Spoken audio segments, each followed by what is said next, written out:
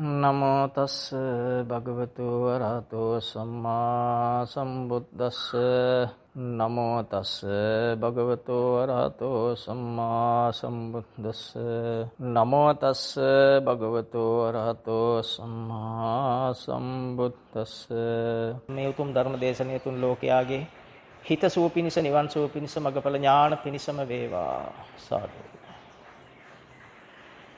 සුපුරුදු පරිදි තුන් ලෝක වාසීන්ම ධර්ම ශ්‍රවණය කරලා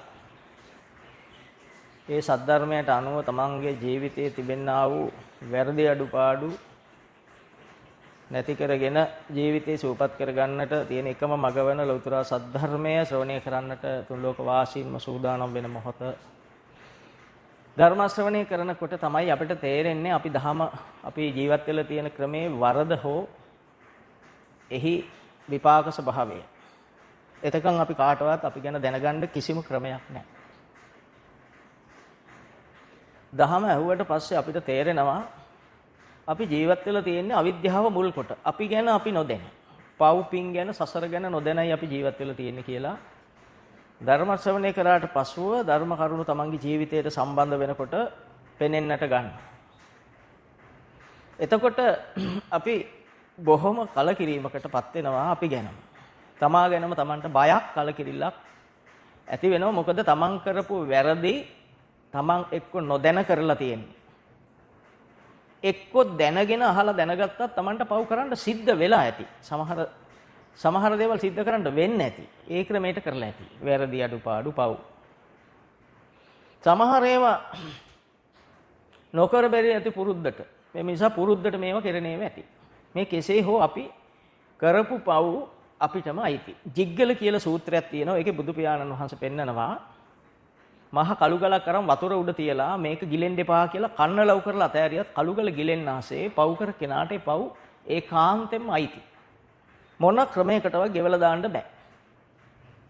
එම නිසා අපි මතක තබා ගත යුතුයි මේ මහා පාපස්කන්ධ අපි කරපුවා ඊළඟ භවයේ කියන්නේ ඊළඟ මොහොත කියන්නේ මේ මොහොත හැර ඊළඟ මොහොත වෙන්න පුළුවන්. මේ මොහොත වෙන්නට පුළුවන්. අපේ පව් ඵල දෙන මොහොත. අපි කරපු සියලු පව් ඵල දීමක් මේ මොහොතේ පටන් ගන්න පුළුවන්. අපි කරපු පව් ඵල දෙද්දි පිනුත් ඒ අතරේ ඵල දෙන්න පුළුවන්. අපි කරපු මහ පව් ඵල දෙද්දි පින් පොඩ්ඩක් ඵල නොදී පව් විතරක් ඵල දෙන්නත් පුළුවන්. පින් පව් දෙකම සම මිශ්‍රව ඵල දෙන්නත් පුළුවන්. කෙසේ වෙතත් අපි විඳව ජීවත් වෙනවා හැර අපි ගැන නොදැන අපි විඳව ජීවත් වුණා හැර වෙන ක්‍රමයකට අපි ජීවත් වෙලා නැහැ. මේ අවබෝධ වෙන්නේ ධර්ම ශ්‍රවණය කරාට පස්සේ. දහම නොදන්න අය මිත්‍යා දෘෂ්ටික අය මේවා ගැන තැකීමකුත් නැහැ, දන්නෙත් නැහැ. ඉතින් ඒ අය ගැන අපිටත් ප්‍රශ්නයක් නැහැ. මේ දහම දන්න සසර පුරුද්ද තියෙන මේ සංසාර බයක් තියෙන. සසර ගැන යම්කිසි අවබෝධයක් නිසා වෙච්ච සසර බයක් තියෙන. අන්නේ පිරිසටයි ධර්මය වටින්නේ. ඒ පිරිසයි ධර්ම ශ්‍රවණය කරන්නේ. අනිත් පිරිස ධර්ම ශ්‍රවණය කරලා බැන හරි අහලා මේක කාලෙකදී අවබෝධ වෙයි. එහෙම නැත්නම් කාලෙකදී මේ ධර්මය අවබෝධ වුණාට පස්සේ උන්ට තේරෙයි ඌ කරපු පව්. එතනින් හරි වුන් ශාසනයට එයි. ඕනම කෙනෙකුට පව් කරන එක නවත්තලා බුද්ධ ශාසනයට ඇතුල් වෙන්න මේ මොහොතේත් අවස්ථාව තියෙනවා. හැම මොහොතකම අවස්ථාව කාටත් තියෙනවා. මේක එක්කෙනෙක් උදෙසා දේශනා කළ දෙයක් නෙවෙයි. අවීචි මහ නිරේ ඉඳලා අකනිට්ටක බ්‍රහ්මතලයේ දක්වා තල 31කටම අයිති දේ මේ දහම්. പ്രേත ලෝක, යක්ෂ ලෝක, මනුස්ස ලෝක ආදී සියලු දෙනාට සසරෙන් ගැලවෙන්න තියෙන එකම මඟ මේක. සංසාරේ පවත්න්නේ පව්පින් කරමින් සසරට බැඳෙන හේතු මුකුත් නොදෙන ජීවත් වෙන සියලු ක්‍රියාකාරකම් තමයි සසර කියන්නේ. අපි පින් කරත් සසරේ උපදිනවා. ඒ හොඳ තැන්වල උපදිනවා. පව් කරත් සසරේ උපදිනවා. නරක තැන්වල ශරීරය අසම්පූර්ණව ඉපදෙන්න පුළුවන් පවේ ප්‍රමාණය හැටියට. පව ප්‍රබල නම් දුගතිවල උපදිනවා. මහා අසාවද්‍ය පව් නම් ඒවා නිරය දක්වාම ගමන් කරලා ඇති.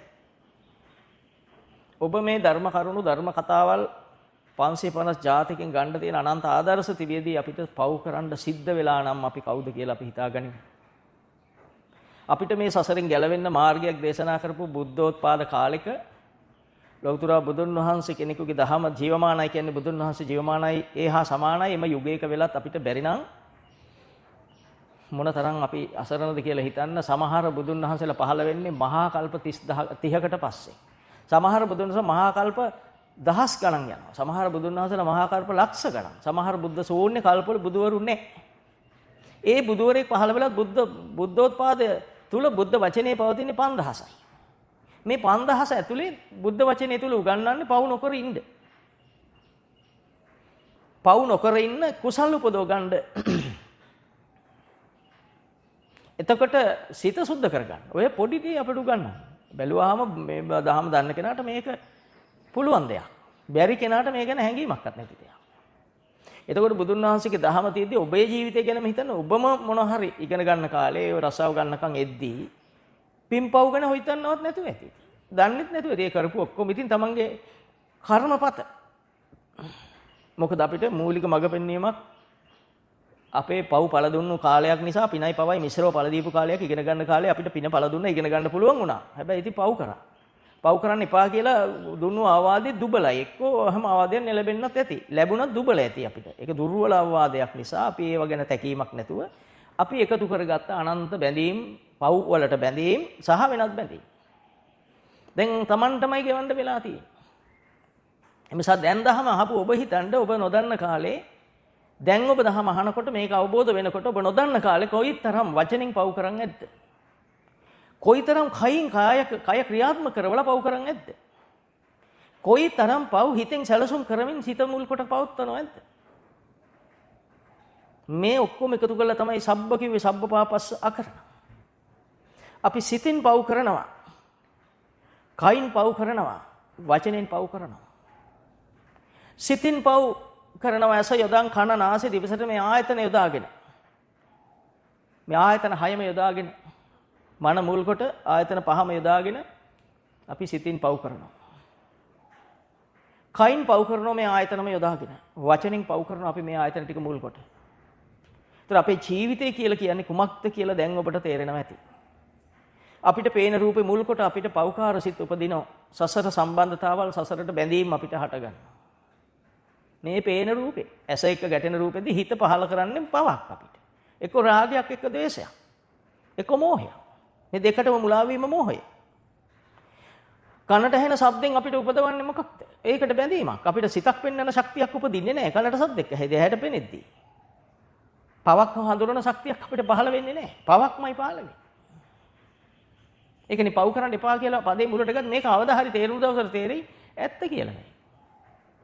ඒතර කනට ශබ්දයක් ඇහෙනකොට රාගය හෝ ද්වේෂය පහළ වෙනවා. ඒ දෙකේ හැසිරීම මෝහය අපට පහළ වෙනවා. එතකොට නාසයට ගන්ධයක් දැනෙනකොට අපි එක්ක එකට පක්ෂ වෙනවා විරුද්ධ වෙනවා පව පින දෙක පහළ වෙනවා. අපිට පව් කරන්න හිතකයි වචනේ පහළ වෙනවා නාසය හරහා දිව හරහා. රසයක් දැනෙනකොට අපි පව් කරන්න බැඳීම් අනන්ත හටගන්නවා. කායට දෙයක් ගැටෙනකොට අනන්ත පව් කරන්න අනන්ත බැඳීම් අපිට සසර බැමි හටගන්නවා. ඉතින් අපිට නිකන් ඉන්න වෙලාවට මතක් වෙනවා කියන්නේ ඒක වැඩ කරද්දිත් මේවා මතක් වෙනවා. මතක් වෙනවා කියන්නේ ඒ හිතේ කරපු ක්‍රියාකාරකම රූපයක් ලෙස ආරම්භණය වෙනවා පහළ වෙනවා. වේදනා සංඥා සංඛාර විඥාන ලෙස මේ මතකයන් නැවත නැවත උපදිනවා. උපදිනකොට අපිට හිතෙන්නේ නැහැ මේක සිතුවිල්ලක් කියලා. මේක අතීත රූපයක් කියලා. අතීතේ ගියා වූ ක්‍රියාවක රූපස්කන්ධයක් පහළ වුණා කියලා අපිට හිතෙන්නේ නැහැ. අපිට හිතෙන්නේ මේකමයි. ඒක දැන් වෙනවා වගේ දැනෙන්නේ. එදා බැනපුවක බනිනවා වගේ දැනෙන්නේ. බලන්න ඔබේ ජීවිතෙන් බැලුවා මේ දහම අහුවේයි. ඔබ පින්වන්තයි කියන්නේ එතකොට. නේද? තාම බනිනවා වගේ ඇහෙනවා. එදා ගහපු එක තාම ගහනවා වගේ දැනෙනවා. මතක් වෙනකොට එහෙමයි තියෙන්නේ. එතකොට අපි ඒ ගහන එකේ හිත පිහිටිලා. කෙනෙක් පිහිටවනවා නෙමෙයි පිහිටා පසු වෙනවා. පිහිටා පවතිනවා. පිහිටා තිබෙනවා. එතකොට මීට ඉස්සෙල්ලා අපිට බැනපු කෙනෙක් දකින්නකොට අපිට පේන්නේ බැනපු කෙනෙක් නෙවෙයි ඇහැට රූපයක් අපේ හිතේ මේ බැනපු කෙනා කියලා මැවෙන්නේ. මැවෙනකොට අපිට පේන්නේ බැනපු කෙනා තමයි මේ පේන්නේ. කවදාවත් වෛරය ඉවර නොවන විදියටයි අපේ ස්වභාවික ක්‍රියාවලිය තියෙන මේ චුට්ට අවබෝධ කරගන්න අද දවසේ වටිනම කොටස මේක. ඒ බැන්න කෙනා තමයි අර ඉන්නේ කියලා අපිට හිතෙන් පෙන්වන්නේ. එතකොට පව ක්‍රියාත්මක වෙන විදියටයි හිතක් ඕනම කෙනෙකුගේ ක්‍රියාත්මක වෙන්නේ. සසර බැම්මක් බැඳෙන විදියටයි සසරට බැඳෙන විදියටයි සිතක් ක්‍රියාත්මක වෙන්නේ. නෑ මේක සිතක් කියලා තියෙනවා නම් ඒ සම්බුද්ධ වචනේ. මේ ලෝකෙට හිතානුකම්පාව මුල් කොට පහළ වූ බුදුන් වහන්සේගේ වචනේ. ඒ වචනේ අපිට ආවනම් විතරයි ඒක ජීවිතය තුළ ක්‍රියාවක් වෙලා දර්ශන ඥානයක් වෙලා මූලික අංගයක් වෙලා අපි බේරෙන්නේ. පව නවතින්නේ බේරෙනවා කියන්නේ පව නවතින එක සම්බන්ධේ නවතින එක. මෙහි ඇත්ත තේරෙන එක. මේක සිතුවිල්ලක් නේද? මේ අතීත දෙයක් නේද? මේ අතීතේ වෙලා ඉවර දෙයක් නේද?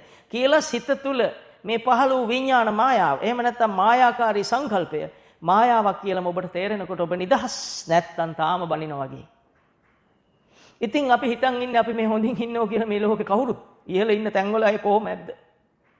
වැඩිපුර කරගත්ත අයට කොහොමද මේ චුට්ටක් කරගත්ත අපිට මේක දැනෙන නිසා මේ දහම දන්න නිසානේ පේන්නේ නැත්තම් මේව පේන්නේ නැහැනේ.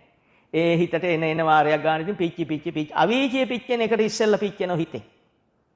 අවීච මහනිරේ කයත් එක්ක පිච්චිලා යනවා. මෙතෙන්දී ඇතුලෙන් පිච්චෙනවා. ඒකනේ සමහරු දැක්කම මූණ අඳුරු වෙන්නේ. ශරීරයේ ලේවල වර්ණය වෙනස් වෙන්නේ. වර්ණ ගන්ධ රස ඕචා කියන මේ සුද්ධහස්තකවල රූප කලාපවල වර්ණ සංයෝජන වෙනස් වෙලා. සමහරු දැක්කම අපේ මූණ දීප්තිමත් වෙනවා. සමහරු දැක්කම අඳුරු වෙනවා. සමහරු දැක්කම නිකන් දෙකටම නැති හැඩයක් වෙනවා. මොකද ඔබ පෙනිලා නැහැනේ මෙච්චර කාල. ඔබ පේන ඇස් දෙකක් ඔබට ආවනේ. ඇස් දෙක උල් වෙලා තියෙන එළියටනේ. මා මොරගෙඩි දෙකක් වගේ එළියට උල් වෙලා තියෙනවා. ඒ දෙකෙන් එළිය පේනවා. ඒ ආයතන වලින් කවදාවත් ඔබට ඔබව පෙන්වන්නේ නැහැ. පෙන්නන පණිවිඩේ නේනතුරු ඔබ මේ ඇස් දෙකට අපිව පෙනුන්නේ නැහැ. ඒ පෙනුනත් අපේ කය දිහා බැලුවොත් ඇහැට රූපයක් විතරයි. ඒත් ඇතුලේ තියෙන සිද්ධිය පේන්නේ නැහැ මේ ඇස් දෙකට. හිත දිහා බලන්න හිතුවේ පේන්නේ නැහැ. ඇස් දෙක ආයතනයක්. ඒ ඔක්කොම බාහිරත් එක්ක සම්බන්ධ ඒවා. ඇස් දෙකෙන් බැලුවොත් පපුව දිහා බලයි හිත කියලා. හිත නම් පේන්නේ නැහැ. පපුව කියන්නේ ඇහැට රූපයක්. ඇහැට රූපයක් පේනකොට හිත තුලයි මැවුනේ මේ පපුව කියලා. පොඩ්ඩක් ෂර්ට් එකේ කොලර් එක ගැලවිලා දැන් හදා ගන්න ඕන කියලා සංකල්ප උපදවලදී වැඩක් පටවලදී. හිතක් පෙනීම කෙසේ වෙතත් තමන්ගේ තියෙන ෂර්ට් එකේ බොත්තම ගැලවිලා ඒක හයි කර ගන්න ඕන කියලා පෙනේ. එතකොට අපිට මේ තාමේ පොඩ්ඩක්වත් අපි ඉඳලා නැහැ. මේ පේන්නේ ඇහැ, මේ පේන දේ ඇහැ, පේන දේ රූපේ.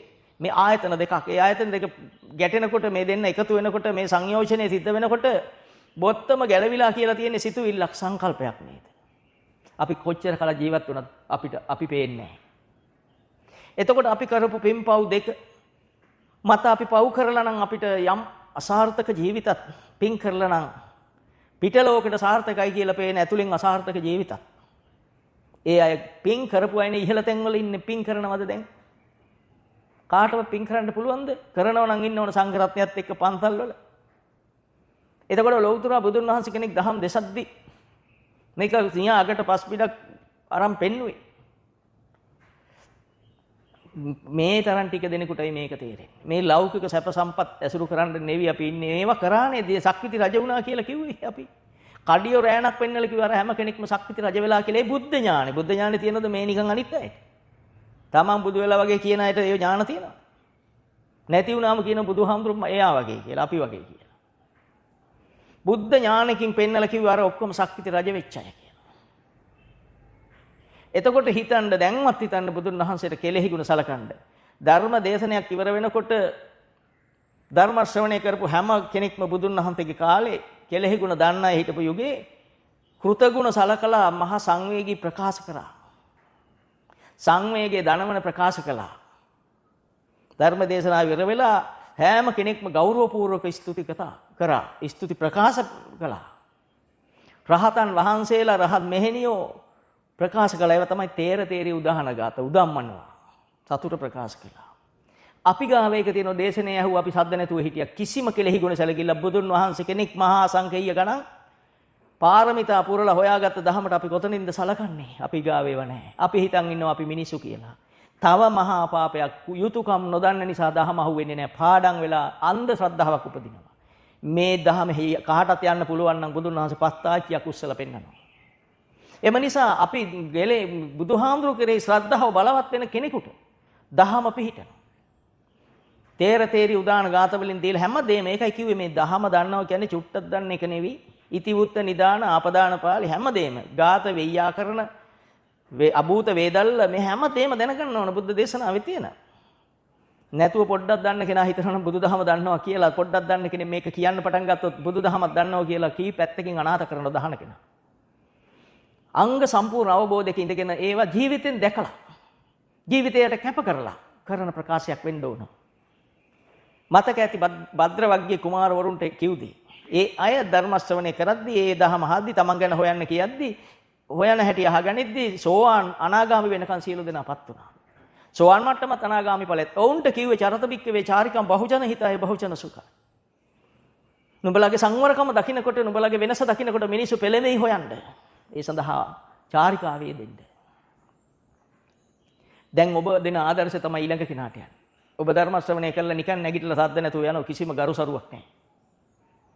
ඒ ස්ථානෙට වැඳලා ඒ ස්ථානවල දේශකයන්ට ගෞරව කරලා බුදුන් වහන්සේට කරන සෙනෙහස දක්වලා නැතිනම් ඔබ කරලා තියෙන්නේ ඔබ අර සාමාන්‍ය කිසිම දෙයක් නොදැන බුදුදහම අහන්න නෙවෙයි. ඒ කාලේ මරන්න එතන වාඩි වෙලා හිටපු කාලේ ගත කරන්න හිටපු කෙනෙකුගේ ජීවිතය. බුදුන් වහන්සේලා මහා අසංකේය ගණන් පෙරම් පුරලා මඩවල මත දිගා වුණු සුමේද තාපසයන් වහන්සේ හිතනවා ඒ දීපංකර මහා කාරුණිකයන් වහන්සේ සාර ලක්ෂයක් මහරහතන් වහන්සේලා එක්ක ඒ පිය රජු බහැ දකින්න එන වෙලාවේ මඩවලේ දිගා වෙලා විවරණ ගන්න අප මහා බෝසතාණන් වහන්සේ හිතනවා මට මේ මඩවල රණින් පුරවන්න පුළුවන් ඕනම් මැණික් ගල් වලින් පුරවන්න පුළුවන් නෑ මම එහෙම කරොත් මගේ පාරමිතාව සම්පූර්ණ වෙන්නේ නෑ මම මේක ශ්‍රමයෙන් කරන්න ඕන උදැල්ලක් පස් කූඩයක් හොයාගත් උත්තමයන් වහන්සේ මේ ගොඩ කරද්දි බුදුහාමුදුරුවෝ වඩි ඒ පාරමිතාවට අවශ්‍ය විදිය උන්වහන්සේ මඩවලේ දිගා වෙලා කියන්නේ මගේ පිටමතින් වඩින්න කියලා නමුත් බුදුන් වහන්සේ පිටමතින් වැඩියේ නැහැ පැත්තකින් වැඩලා. එතන ඉඳගෙන අනිත් රහතන් වහන්සේලාට කවුද කියලා හඳුන්වලා දෙනවා. වරින්නේ සාරා සංකේය කල්පලක්ෂයක් මහා දුෂ්කර ගමනකින් පසු සම්මා ලෞතුරා සම්බුද්ධත්වයටපත් වෙන සිද්ධාර්ථ නමින් නම දරන ඒ සියලු වතගොත හෙලි කරනවා. ඒ අනාගතේ වෙන දේ අනාගත රූපයක් මේ පහල කරන්නේ. එතකොට උන්වහන්සේ ගැන පොඩ්ඩක් දැනගන්න. මොකද අපි මේ බුදුදහම දන්නවා කියලා නොදන්න පිරිස ඇති දන්නවා කියලා හිතන් ඒ අයගේ දැන ගැනීමට මේ කියන්නේ. මේත් හෙලි කරන්නේ චුට්ටයි. උන්වහන්සේ කියනවා භාග්‍යතුන් වහන්සේ දීපංකර බුදුන් වහන්සේ කියනවා දැන් මේ අනුන් ගොඩ දාන්න යන්නේ. Tamanට පද හතරක් අහලා ගොඩ යන්න හතරවෙනි පදේ අහන්නට ප්‍රථම රහත් වෙන කෙනෙක් මේ. අනුන් ගොඩ දාන්න යනවා කියන්නේ කෙනෙක් කිව්වට අහන්නේ නැතිකොට කෙනෙක් ගැන මහා ශ්‍රද්ධාවෙන් යන නිසා මහන්සි වෙනවා කෙනෙක් ගොඩ දාන්න. එතනදී බුදුන් වහන්සේට ඒ පාරමිතා පුරන බෝසතාණන් වහන්සේට සමහර විට පව් සිද්ධ වෙන්න පුළුවන්. සමහර සිද්ධි වලින් යම් යම් ක්‍රියාකාරකම් නිසා අපාගත වෙන්න වෙනවා. එතකොට උන්වහන්සේ අර ඒකට එකඟවයි කිව්වා මේ බුද්ධ විවරණේ ගත්තේ. අපි වෙනුවෙන් අපායට යන්න. උන්වහන්සේ යනවා. මාතගේදී රජකම් කළා අවුරුදු 20ක්. අවුරුදු 82ක් විතර මේ අටමහා නිරේ හැර නිරවල ගියා. අටමහා නිරේ යන්නේ නැහැ. ඔසුපත් නිරවල යනවා. උන්වහන්සේ ඌර වෙලත් උපන්නා. පහත්ම මට්ටමේ සත්ව වෙල උපන්නා. සුණුකය වෙල උපන්නා. ඇයි කාට උදව් කරන්න ඇවිල්ලාද? අපිට උදව් කරන්න ඇවිල්ලා. අපිට කෙලෙහි ගුණ තියෙනවද? අපි ඔය දන්න ඒ වුණාට අපි ඇමරිකාවේ පුරවැසියෙක් ගැන ඇහුවනම් ඔහුගේ අම්මා තාත්තා ගැනත් අපි දන්නවා. මේ ඔවුන් කාපුවක් දන්නවා. ඔවුන් හැදුණු වැඩිණු හැටිත් දන්නවා. ඒව හොයනවා මේ බුදුන් වහන්සේගේ චරිත ගැන. හොයන්න ඉඩ ලැබිලා නැහැ. හෙව්වක් දැනගත්තත් අපේ පවේ මහත අපි ඒකට සැලකිල්ලක් නැහැ. ඒ පව අපි කරමින් සිටිනවා. එම නිසා දන්න අය හොඳට දැනගන්නද? අපි මේ අහන බුද්ධ වචනය අහන්නේ මේ සංස්කාර ධර්මයක් අනිත්‍යයි කියලා මේ චුට්ට නොතේරෙන නිසා මේ පුහුදුන් මිනිස්සු සසරට වැටෙනවා කියලා එදා බෝධි මූලෙදි දැක්කා. එදා විවරණ ගන්න වෙලාවේ දැක්කා. මේකට අදාළ දේවල් ගොඩක් කරන්න තියෙන බුදු වෙන්න ලේසියෙන් බෑ. දිවි පුදන්න වෙනවා බෙල්ල කප්ප ගන්න වෙනවා කෝටි ප්‍රකෝටි වාරේ. එදා කුමාරිකාවක් කළ ඉද්‍ය අනියත විවරණ භූමියේදී පෙර දීපංකර බුදුන් වහන්සේගේ විවරණ ගත් අපමහා බෝසතාණන් වහන්සේ පළමුව මාතුපෝසක කතාවෙන් අම්මා පිටමත තියන් ඊළඟ ආත්මේ පීනලා පළමු විවරණේ මව්ගෙන් ලබාගෙන බුදු වේවා කියලා. පටන් ගත්ත ගමන තමයි අපි මතක තබා ගත යුතුයි. අපි ඒව කරන්නේ නැති අය ඒ වගේ උතුමෙකුගේ දහම අහන්න අපි කොච්චර සතුටු විය යුතුද? උන්වහන්සේලාට කෙසේ ගරු කළ යුතුද? අපි පාසල් ගුරුවරයාටත් ගරු කරනවා. අපි එනකොට සමහර මිනිස්සු දැක්කම good morning කියන good evening කියන බුදුන් වහන්සේගේ ධර්මය අහනකොට සීලවන්තව අහන්න අවසානයේ සීලවන්ත භාවය ප්‍රකාශ කරන්න අපිට බෑ. අපි ඒ තරම් පව්කාරයි. මේ අහන සීල දෙනාටම කියන්නේ තුන් ලෝකෙටම. ඒ හැම කෙනාම තුටුමල් තියලා බුදුන් වහන්සේට ගරු බුහුමන් කරා මොනතරම් දුක් විඳලාද මේක සොයාගන්න.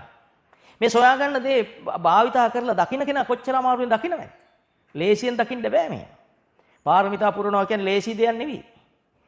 කොපමණ වාරක මේ ඇස්සිස් මස්ලේ දන් දීපටි ඔබ අහලා තියෙන ඔබට නිකන් කතාවක් වෙන්නේ නැති.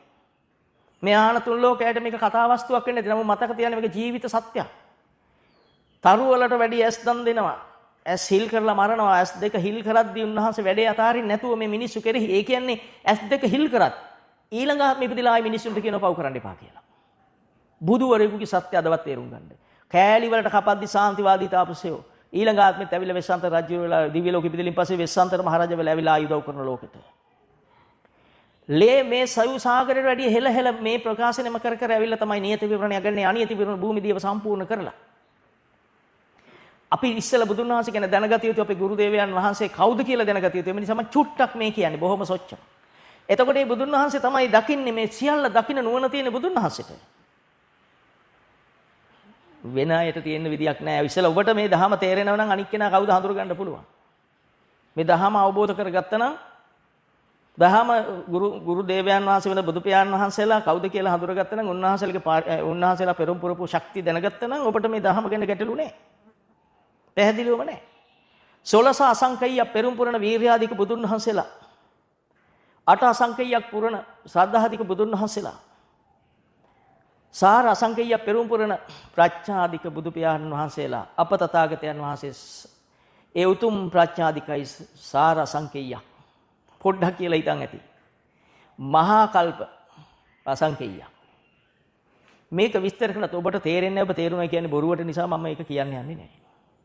මේ කියපු දේ තේරෙන්නේ නැති සමාජයකට මේ සාර අසංකේය කියන එක තේරුම් ගන්න අමාරුයි. මහා කල්පයක් කියන්නේ කොච්චරද කියලා කොච්චර කිව්වත් ඒක නිකන් බින්දුව වලින් තේරෙයි. ඇඟට දැනෙන්නේ දහම අහපු දවසට හොඳට දහම තේරුම් ගන්න. එදාට අපි මේවා කතා කරමු. ඒ නිර්මල ධර්මයේ බැබලෙන දවසක. එතකන් අපි තේරුම් ගත යුතුයි අනුකම්පා කරලා බුදුන් වහන්සේ මේ පහළ වුණේ ඔබට අනුකම්පාවෙන් බව. උන්වහන්සේ දානපතවත් ගැන නොසේ පුක්කුසාතිය මහරජු වෙන පාරේ මාසයක් වැඩි බව මතක තබා ගත යුතුයි. පස්සක දවස හොයාගෙන ළඟට වැඩි බව මතක තබා ගත යුතුයි.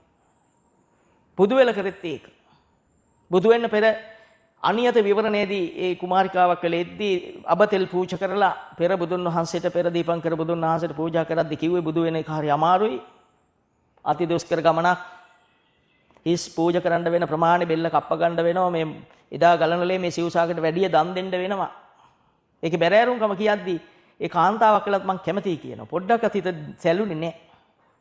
එහෙම අය ඒ මහා පුරුෂයෝ තනියෙන් නිවන් දකින්න යන්නේ නැහැ. හොරාට නිවන් දකින්න යන්නේ නැහැ. අනුන් ගැන හිතන එකයි මහා පුරුෂ කියන්නේ. තව එක්කෙනෙක් හරි ගොඩ දාන්න තනියෙන් හරි වඩිනවා. පරිනිර්වාණ මංචකෙත් එක්කෙනෙකුට දහම් දෙසුවේ ඒකයි. අවසාන ශ්‍රාවකයාට. එතකොට මේ බුදුන් වහන්සේ කෙනෙකුගේ චරිතය ඔබ දන්නේ මේ මහ පොළවේ පස්මිතකින් පොඩ්ඩක් විතර මේ කතා කරේ. බුදුන් වහන්සේ ගැන අපිට දැනගන්නත් බෑ. බුදුන් වහන්සේ දේශනා කරේ බුදුවරයෙක් ගැන දන්නේ බුදුවරයෙක් පමණයි. අනිත් පස්සේ බුදුවරටවත් දැනගන්න බෑ. මොකද එයාට දැනගන්න පුළුවන් ඒ ප්‍රමාණයට විතරයි. මහරහතන් වහන්සේ දන්නේ මහරහතන් වහන්සේගේ ප්‍රමාණයට පස්සේ බුදුරන් වහන්සේටත් වඩා මහා අඩුවෙන්. එහෙනම් ඉතින් අපි පුහුදුන් අපි මොනවද දැනගන්නද? මේ චුට්ටෙත් අපිට නොතේරෙනවා නම් බුදුන් වහන්සේ කෙනෙක් ගැන හිතන්න ඔබට බෑ. මේ චුට්ට තේරුම් ගන්න කිව්වේ. එතකොට උන්වහන්සේ මේ ලෝකේ සියල්ල දකිනවා. දැකලා කියනවා අපිට පහළ වෙන සිත්. අපිට මේ පේනෙද්දි පහළ වෙන සිත. අපිට සිත පේන්නේ නැහැ. අපි එහා කවදාවත් සිත පෙන්නුවේ නැහැ. අපි සිත කවදාවත් සිත බලන්න කියලා සිතේ පහළ වීමක් උනේ නැහැ. අපේ සිත පහළ වුණේම බාහිරේ බලන්න. ඒකේ නා කැතයි, ඒකේ නා හැඩයි. අර ඉන්නේ හතුරා, අර ඉන්නේ මිතුරා. ඒක කොහොම හරි ගන්න, මහන්සි වෙලා හරි ගන්න, ඒ ඉඩම් කෑල්ල ගන්න, අර භෝගේ වවන්න අපිට දුන්නේ සංසාරයට වැටෙන්න. මේ චරිත වලින් අපි සංසාරේ අපි සක්විති රජ වුණා නම් එදා කඩින යන පෙන්නලා. සක්විති රජ වුණා නම් සක්විති රජුරෝ කියන්නේ මොනතරම් බලවත් කෙනෙක්ද? සක්විති රජුගේ විශේෂ වෙනස තමයි සීලෙන්මයි ලෝකේ පාලනය කරන්නේ. වැරදි කරන්න දෙන්නේ නැහැ. සක්විති රජුරෝ තමන්ගේ පිනෙන් ජීවත් වෙන්නේ. තමන්ට ලැබිච්ච මහා වස්තුවෙන් ජීවත් වෙන්නේ. සක්විති රජුරෝ ජහාර්මිෂ්ඨව ජීවත් වෙන ක්‍රමයේ කියලා දෙනවා. ඉතින් සක්විති රජෙක් වෙලා එකවරක් දිව්‍ය ලෝකෙ උපදිනවා. එතනින් ඒ පින ඉවර වුණා. මේ පින කාලෙකින් ඉවර වෙනවා. ආයේ පින කවදා හරි පළ දෙයි. එතකන් පෙර පව් පළ දෙනවා. පළ දීලා නැවත සසරට වැටෙනවා. ඒක නිසානේ කඩි උනේ අර. ඒක නිසානේ බුදුන් වහන්සේ පටක්ඛ්‍යායක රජ්‍යේන සග්ගස්ස සමනේනවා. ස්වර්ගයේ උපදිනවට වැඩිය වටිනවා කිව්වා මේ ශාසනය. සබ්බ ලෝකාධිපත්‍යනේ මේ ලෝකේ පාලනය කරන සක්විති රජකමට වැටි. සෝතාපට්ටි ඵලං වර මේ සෝහන් ඵලය ශ්‍රේෂ්ඨයි කිව්වා. සෝහන් මාර්ගයේ ඵලය අති ශ්‍රේෂ්ඨයි කිව්වේ. ඒ කියන්නේ මේ ධර්ම ශ්‍රවණේ. ධර්ම ශ්‍රවණේ කරනකොට ඔබට සදහම් මැස පහළ වෙනවා. දහම කියන්නේ ඔබේ කෙලෙස් ධර්මයන් පේන ඥානයක් හිත තුල පහළ වෙනවා. පෙනෙන ශක්තියක් හිත තුල පහළ වෙනවා. යම් දෙයක් පහළ වෙනවා. ශබ්දයක් ඇහෙනකොට යමක් හිතෙයි. හැබැයි ඒ හිත හිතට ඇලෙන්නට ප්‍රථම පෙනේ. ඔව් ඒ අසවලාගේ සද්දේ නෑ අසවලා කියලා හිතෙනකොටම ඒක උපාදානස්කන්ධයක්. ඒක සංස්කාර ධර්මයක්. ඒක සංකත ධර්මයක් කියලා ඔබට ඔබේ හිත පෙන්වන දවස වැඩි ඈතක නෑ මේ දහම අහන අයට. අන්න එදාට ඔබට අවබෝධ වෙනවා මේ ඇත්තටම හිතමැව් ලෝකය. ලෝකය නම් හිතමවන දෙයමයි. බඹයක් පමණ මේ කය තුල හටගෙන තිබෙනා වූ රූප වේදනා සංඥා සංකාර විඥාන කියන මේ ස්කන්ධ පහම ලෝකයේ ලෙස බුදුන් වහන්සේ පෙන්නනවා. උපාදානස්කන්ධයම ලෝකයේ ලෙස පෙන්නනවා. ඒ උපාදානස්කන්ධයම දුක ලෙස පෙන්නනවා. අපිට පුළුවන් ද මේක දුක පහළ වුණා කියලා හිතන්න. ඊතලයක් අල්ලගෙන ඈත කෙනෙක් ඉන්නවා. මේ ඊතලය අල්ලන් ඉන්නකොට ඈතින් ඉන්න කෙනෙක් කෙස් ගහක් අල්ලගෙන දෙන්නම ඝන අඳුරේ ඉන්නේ. විදුලියක් කොටනවා. විදුලිය කොටනකොටම අර කෙස් ගහ ඒ අස්බලෝම ගහක් ඒ අල්ලන් ඉන්න කෙනාට තියෙන රාජකාරියක් විදුලිය කොටනකොට මේක අතාරින්න. අර දුන්න ඊතලයට දාන් ඉන්න පුරුෂයා ඈතින් ඉන්න පුරුෂයාට තියෙන රාජකාරියක්. ඒ විදුලිය කොටන මොහොතේම අර අතින් අතාරින අස්බලෝම ගහ දැකලා යට දුන්නේ විදින්න. කොච්චරනම් අමාරු දෙයක්ද? මහන්සි වුණොත් මෙයක් කරන්න පුළුවන් බව බුදුන් වහන්සේ ප්‍රකාශ කරනවා. මේක විද්දම ගිහිල්ලා ඒකේ වදිනවා. විද්දම විදුලිය ඉවර වෙන්න ඉස්සෙල්ලා මේක වේගය නිසා පේනවා වැදුනා කියලා. අන්න ඒ වගේ උපාදානස්කන්ධය ඔබ තුල හට ගන්නකොටම ඇහැට රූපේ පේනකොටම සංකල්පේ හට ගන්නකොට ඉවර වෙන්න ප්‍රථම ඔබ දකින්න ඕන මම දැක්කා. මේ සිතුවිල්ල කියා දැක්කා. පහළ වෙනකොටම දකින්න පුළුවන් බව මේ කියන්නේ. කවදා හරි පුළුවන් වෙනවා. අද පටන් ගත්ත ගමන් බැරි වෙයි. අද පටන් ගත්ත ගමන් අනුමානව හිතෙයි. අනුමානව හිතෙනවා සෝහාන් සකදාගාමි මට්ටම් වලදී අනුමානව හිතිලත් ඔච්චර සතුටක් නම් අපි දිගටම කතා කර බන්දුල මල්ලිකා තමන්ගේ සැමිය ඇතුළු ළමයි මැරුණා කිව්වම නොසැලෙන්න තරම් හිත මේ සිතක් නේද කියන ඥානයත් ඒ සිත සංකල්පය දුකමයි කියා දෙන් තීන්දුවත් මොනතරම් ඇතුළ ප්‍රබල වෙලාද ඒ අනාගාමි මට්ටමේ සිතක ස්වභාවය. පටිගය නොවැඩෙන විදියට කාමරාගය නොවැඩෙන විදියට ඒ ඕරම් භාගයේ සංයෝජන පාලනය කරලා හිටපු හැටි ජීවත් වෙන්නේ එහෙමයි. විසාකාව එදා දියරෙද්දෙන් ආපු වෙලාවෙ ඇහුවේ මේ නුවර විසාකාව සෝහන් වෙච්ච විසාකාවගේ මෙනුබුරෙක් මැරුණයි කිව්වම දියරෙද්ද පිටින් ආපු වෙලාවේ භාග්‍යතුන් වහන්සේ ඇහුවා මේ රජගහ නුවර දිනකට කොතරම් මිනිසුන් මැරෙනවද? 10ක් 15ක් වගේ මැරෙනවා. පොඩි ළමයි කොච්චර ඉන්නවද ඇහුවා. දෙන්නෙක් තුන් දෙනෙක් වගේ ඉන්නවා කිව්වා. ඔබ පොඩි ළමයින්ට ගොඩක් ආසද? ඔව් ගොඩාක් ආසයි කෝ පොඩි ළමයින්ට. එහෙනම් හැමදාම තෙතරෙද්දෙන් ඔළුව කෙස් කඩා දාගෙන තෙතරෙදි පිටින් සදහටම ඉන්න වෙනවා කිව්වා. ඒ දහම දන්න කෙනාට දහම් ආවාදයේ ඒ උපමාවෙන් දුන්නු ස්වරූපය. දැන් ඔබට හිතෙන්නේ මේක නිකන් වාක්‍යයක් වගේ. මේක ඇතුලේ තියෙන සංස්කාරය තියෙනතුරු මේ තමන්ගේ ජීවිතේට වෙන විපාක තමන්ට පේන්නේ නැති බව. මේ සංස්කාර ධර්මයන් දකින්න උන්වහන්සේ සෝවාන් ඵලයේ පිහිටපු විසාකාවට දුන්නු ආවාදය. එතකොට දහම නොදන්න කෙනාට මේක දහම් ආවාදයක් කියලා තේරෙන්නේ නැහැ. ඒතර ඔබට අපටත් වෙන්නේ ඒක. එළි ඉන්න කෙනා පේන්නේ හතුරා කියලා. හතුරා කියලා ඔහු පේනවා.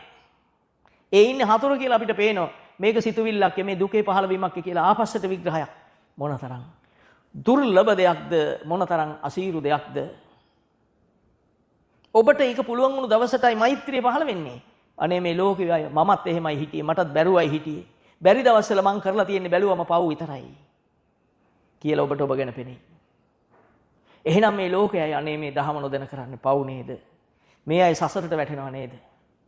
මේ අය සංසාරයෙන් ගලවන්න නේද බුදුන් වහන්සේ පහළ වුණ මේ වචන ටික ප්‍රකාශ කළේ මාර්ග ඥානය ලෙස.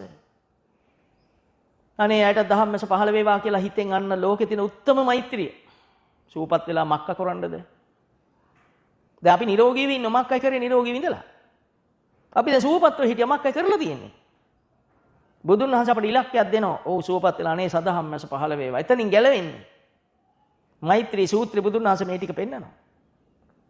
අපිට හිතෙන්න ඕන මට වගේ අනික් කෙනාට අනිත් අය පව් කරන්නේ ඔබ පව් කරේ දහම නැති කාලේ දහම දැනගත්තත් භාවිතා කරන්න ශක්තිය නැති කාලේ. ඔබ පව් නොකරන්නේ දහම බලවත් කාලේ දන්න කාලේ. එහෙනම් අනිත් අයටත් මේ බලයම පහළ වුණොත් මේ ලෝකේ පවෙන් නැති වෙනවා. පව්කාරයෝ නැති වෙනවා. පව්කාරයෝ නැති වෙනකොට කුසල් දහම් පුරවා ගත්ත හොඳ වැඩ කරන හොඳ පින් දහම් අර්ථවත් පින් දහම් කරන උතුම පහළ වෙනවා. පින් කරන්න පුළුවන් නේ කුසල් උපදව ගන්න කෙනෙකුට පව් නවත්තගත්ත කෙනෙකුට. ඉතින් කෝසල මල්ලිකාව පින් දහම් කරා මාර්ගඵල ලැබලා නැහැ. බන්දුල මල්ලිකාව අනාගාමි ඵලයේ ඉඳගෙන දම් බෙදෙනවා. දාන පවත්වනවා. පුළුවන් නේද? වේලුකණ්ඨක නන්ද මාතාව දන් උයලා තනියෙන් උයලා දම් බෙදනවා. සාරිපුත්ත මොග්ගල්ලානට. එතකොට දානය කියන උතුම් ගුණය, දාන සීල භාවනා කියන ත්‍රිවිධ පුණ්‍ය ක්‍රියාවල යෙදෙනවා. එහෙනම් උතුමෙකුට හොඳටම පින් කරන්න පුළුවන්, නිවැරදි පිනක් කරන්න පුළුවන් මාර්ග ඥාන තියන අයට. අනිත් අය කරපු පින් වල අර්ථ ටික പ്രേත වස්තු වල තියෙනවා. പ്രേත වස්තු කියවලා බැලුවා නම් ඔබට තේරෙයි මම ඒව ඉතින් කියන්න යන්නේ නැහැ. තම හිත විදීම ඇති කරන්න අවශ්‍ය නැති නිසා.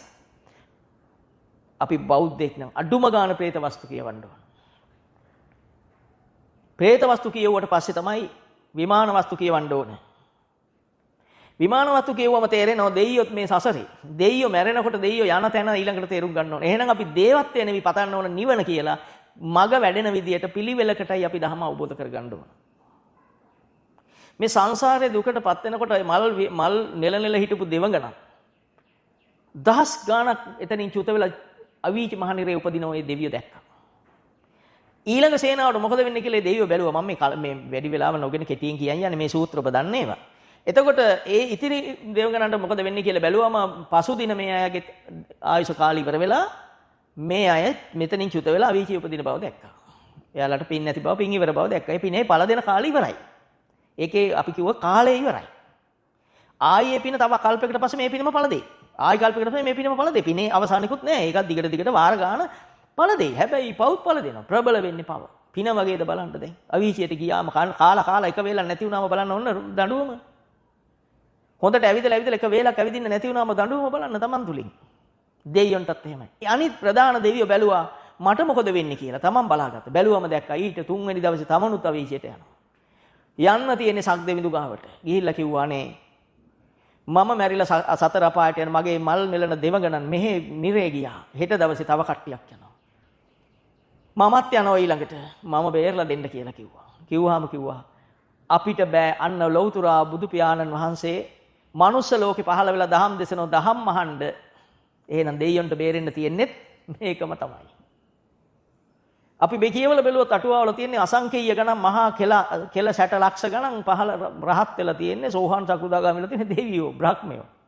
මනුස්ස ලෝකෙ දෙන්නේ තුන් දෙනෙක් මගපල ලබනකොට දෙවියෝ අචින්ත්‍යයි අපරිමේයයි. දහම අහන්න ඉදිකට තුඩක 60ක් වෙන්න රැස්ුණු සන්නිපාතයේ ශ්‍රාවක සන්නිපාතයේ සරියුත් හාමුදුරුවෝ දේශනා කරන එක සූත්‍රයකත් බුදුන් වහන්සේ දේශනා කරන සූත්‍ර හතරක්. හැම සූත්‍රකම එහෙමයි බුදුන් වහන්සේ කිව්වේ. විශේෂ මගපල ලැබපු එතකේ නැති ප්‍රමාණ ගැන මේ කියන්නේ. ඒතකොට දෙවියෝ අපිට පේන්නේ නැත්තේ අපේ ඇස දියුණු නැති නිසා. මිලක්ක තිස්සට වතුර තියෙන තැන වතුර නෙපෙනුනා නම් අපි මතක තියන්න ඕනේ දෙවියෝ ඉන්න තැන අපිට දෙවියෝ පේන්නේ නැත්තේ අපේ මේ කෙලෙස් තිබෙන නිසා. මේ හැම කතාවක්ම තේරුම් ගන්න ඥානයක් තියෙන්න ඕන, පෙර පින තියෙන්න ඕන, නැත්නම් මේව බොරු කතා කියලා හිතෙයි. එදා මිලක්ක තිස්ස සතෙක් මරන් පුච්චන් කෑම මේක ඇතුලේ තියෙන පින්ද පහුද කියන එක සතා කන්නේ. ඒ සතා කාපු ගමන් ඇස් නෙපෙන ගියා වතුර තිබහාව වතුර පේන්නේ නැතුව ගියා. එතකොට ඇස පේනවා. අහිත ඔක්කොම පේනවා. කලේ පේන වතුර නැහැ. මහරහතන් වහන්සේලා ඉන්න සිතුල් පහුවේ ඒ කුටි වලට ගිහිල්ලා ඇහුවා මේ කලවල වතුර නැහැ කියලා කෑ ගැහුවා. එතකොට තමයි උන්වහන්සේ දැක්කේ බැලුවා මෙයා ගැන විශේෂයෙන් බලනකොට දැක්කා මේ ආත්මෙම പ്രേත කයක් හැදිලා ඇතුලේ. එහෙනම් പ്രേත කය කියන්නේ මේ පිට කය නෙවෙයි අජ්ජත්තය. අජ්ජත්තං වා කාය කායන පස්සේ මේ අජ්ජත්තේ කයෙහි මේ ඇතුලේ සූක්ෂම කයක් තියෙනවා. අන්න ඒ කය තමයි මේ සියල්ල තීන්දුව කරන්නේ. මේක ගුහාවක් කිව්වා මේ ශරීරය අශරීරං ගුහාසය මේක ගුහාවක් වගේ. මේ පිටත කය. මස් කය. අපි තව ටිකක් දහම හොඳට පරිණත වෙන්න දැනගනිමු මේ හැමදේම දැනගන්න ඔබට පුළුවන් වෙනවා ඉදිරියේදී. එතකොට මිලක්ක තිස්සට ඇස් පෙනුනේ නැත්තේ වතුර තියෙන තැන වතුර නෙපෙනුනේ. එහෙනම් දෙවියෝ ඉන්න තැන දෙවියෝ අපිට පේන්න විදියක් නැහැ අපේ කෙලෙස් බරිත නිසා. මොකද අපිට දෙවියෝ පෙන්වනොත් අපි දෙවියෝ ගැන හිතන්න යනවා. දෙවියෝ කියන ඒ රූපේ කාම වෙනවා. කාම වෙලා භවයට වැටෙනවා. තේරුණාද? අපි යම් තාක් බේරිලා ඉන්න බව මතක තියාගන්න. ඒ වගේම ඔබ හොඳට අපි හැම කෙනාම මේ ධර්ම ශ්‍රවණය කරන තුන් ලෝක වාසීන්ම මතක තබා ගත යුතු බුදු වචනයක් අහන්න මොනතරම් අපි පින් කරන්නට ඇතිද? මේ වෙලාවේ ධර්ම ශ්‍රවණය නොකරන පිරිසුත් මේ දහම අහන අයට බණින පිරිසුත් කොතරම් ඇතිද? දහමක් අහන්න වෙලාවක් නැති මේ වෙලාවේ මක් හරි උයන මේ වෙලාවෙත් මේ වැඩක යෙදෙන අනේ මිනිස්සු කොච්චර ඇද්ද? මේ ලෝකයේ අවදිසා බුදුවරයෙක් පහළ වෙන්නේ. පහළ වෙලා දේශනා කරන්නේ සබ්බපාපස්සා කරන මේක ආගමක් නෙවෙයි. මේක දර්ශනයක්. මේක මිනිහෙකු ජීවිතේ පවත්වන්න ඕන විනයක්, ආර්ය විනයක්, උතුම්ම විනය. ලෝකේ තියෙන උත්තරීතර විනය. ආර්යෝ විනයෝ. ආර්ය විනය. විනය කියන්නේ හැසිරීම, ජීවත් වෙන ආකාරය. එන ආර්ය විනය උතුම්ම විනය. මීට එහා විනයක් නැහැ. නේ? පාසලේ විනයක් තිබුණානේ. ඒ විනයෙන් අපි කරගත්ත දේවල් දැක්කනේ. ඔබ අවංකන ඔබ මේව පිළිගනි. ඔබ රැකියා කරන ස්ථානෙත් විනයක් තියෙනවනේ. ඒ ලොකු කෙනා එනකොට එක විදියක්, මිනිහෙක් එනකොට තව විදියක්, මිනිස්යාට සලකන විදිය තව විදියක්, ඒ ලොකු කෙනා ඉදිරියේ කතා කරන විදිය තව විදියක්. ඒව විනයද? හැබැයි විනයක් කියලා යාලා කියනවා. අපි ඉස්කෝලේදී කිව්වා ඒක විනය කියලා. නේද? ඒ වගේ අපි විවිධ තැන්වල විවිධ විනයන්ට මුණ දීලා තියෙනවා. නමුත් ආර්ය විනය ලෝකේ හැමතැනටම එකයි. ඒ තමන්ගේ හිත සුද්ධ කරන එක තමයි උතුම්ම විනය. ආර්යයන් වහන්සේ කෙනෙකුට සචිත්ත පරියෝධපණං ඒතම් බුද්ධහන සාසන. විනයෝච සුසික්කිතෝ සුභාසිතාච ආවාච. එතකොට අපි කොතනද ඉන්නේ? අපිට පුළුවන් ද මේ විදිහට හිත සුද්ධ කරගන්න? හිත සුද්ධ කරන්න කියන්නේ හිත අපිරිසිදු වෙන මොහොතේ.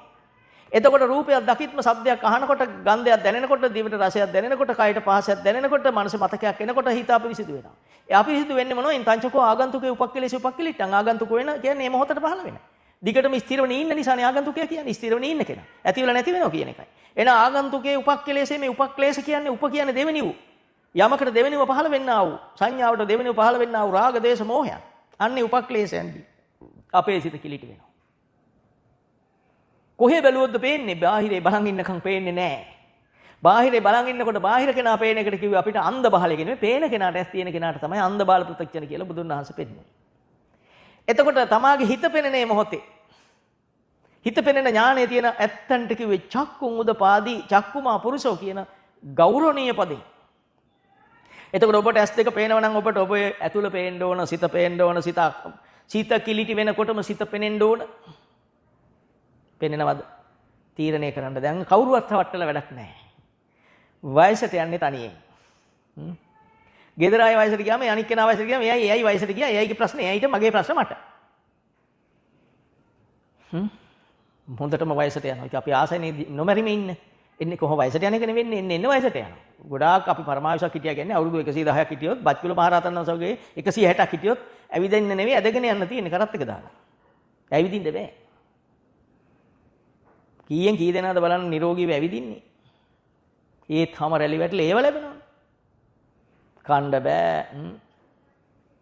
බලන් ඉන්න බෑ, එක පැත්තක් ඇස්රි දෙනවා. පෙනීම අඩු වෙලා යනවා. 40 ඇඳිරියලු. ඇඳිරි 40ක් තියෙනවා. එච්චර දියුණු. එතනින් පටන් ගත්ත 40 ඇඳිරි ඉවර වෙන්නේ නැහැ. දිගටම ඊට පස්සේ කණ්ණාඩි දෙකක්. ඇස් දෙක එල්ල ගන්න ඊළඟට දෙකක්. ඊළඟ දත් හැලෙන්න ගන්නවා. කපලා කන්න බෑ දෙයක්. හපල කාපු ආස කරපු දේවල් දකින්නකොට ඇතුලෙන් ද්වේෂය එනවා. අනේ කන්න නැහැ නේ කියලා ආසාව මුල් කොට රාග දේශ එනවා. කන්න බෑ. ඉතින් ඕක තමයි වයසට ගියාම රඟේ. සීතල දේවල් කන්න බෑ. සෙම හැදිලා මැරෙන්න හදනවා. හුස්ම ගන්න බෑ. හතිය ඉන්නේහෙල රදිනවා. ඔන්න කන්න දේවල් පාලනය වෙන වයසට යනකොට. ඊළඟට හීතල පිටින් හමන්න බෑ. ඉන්න බෑ. හීතලට ලෙඩ වෙනවා. හතිය හැදෙනවා. ඔන්න වයසට ගියාම ඔන්න පරමාවශ්‍යක ඉන්නකොට ලැබෙන ටික. මේ ජීවිතය කියන්නේ දුක් මුල් කොට තිබෙන දෙයක්. එතකොට අපිට පුළුවන් ද එහෙනම් මේ දුක ඉපදුණු නිසා ලැබෙන්නේ. ඉපදීම තියෙනකන් ජරා ව්‍යාධි මරණ, ඒ කියන්නේ ජරාවටපත් වීම, ලෙඩවීම, වයසට යෑම, මරණය තියෙන. මේ භවයේ මේ තලතිස්සේ ඉපදෙනකම්. එහෙනම් මේක ඉපදෙන්න හේතු ටිකක් තියෙනවා. හේතුව මොකද්ද? තණ්හාව. සමුදය කියන්නේ භවයේ උපදින්න හේතුව. මොකද්ද? යායන් තණ්හා මොනවද තණ්හා කරේ? අපි ඉතින් හිතන් හිටියා මේ පිට ටික ඇතෑරියම හරි කියලා. අපි ඔක්කොම ඇතෑරියා. තණ්හාව නැවැත්තුවා. ගෙදර දොරේ ඉඩම් ලියලා දුන්න ළමයින්ට අනිත් දේපලක් දීලා පැත්තකට වෙලා හිටියා. ඉඳන් හිතනවා මන් දුන්නා කියලා. දැන් මේ ඇතෑරලා භවයට එන්න කොතනින් හරි පොයින්ට් එකක් අල්ලගෙන මේ.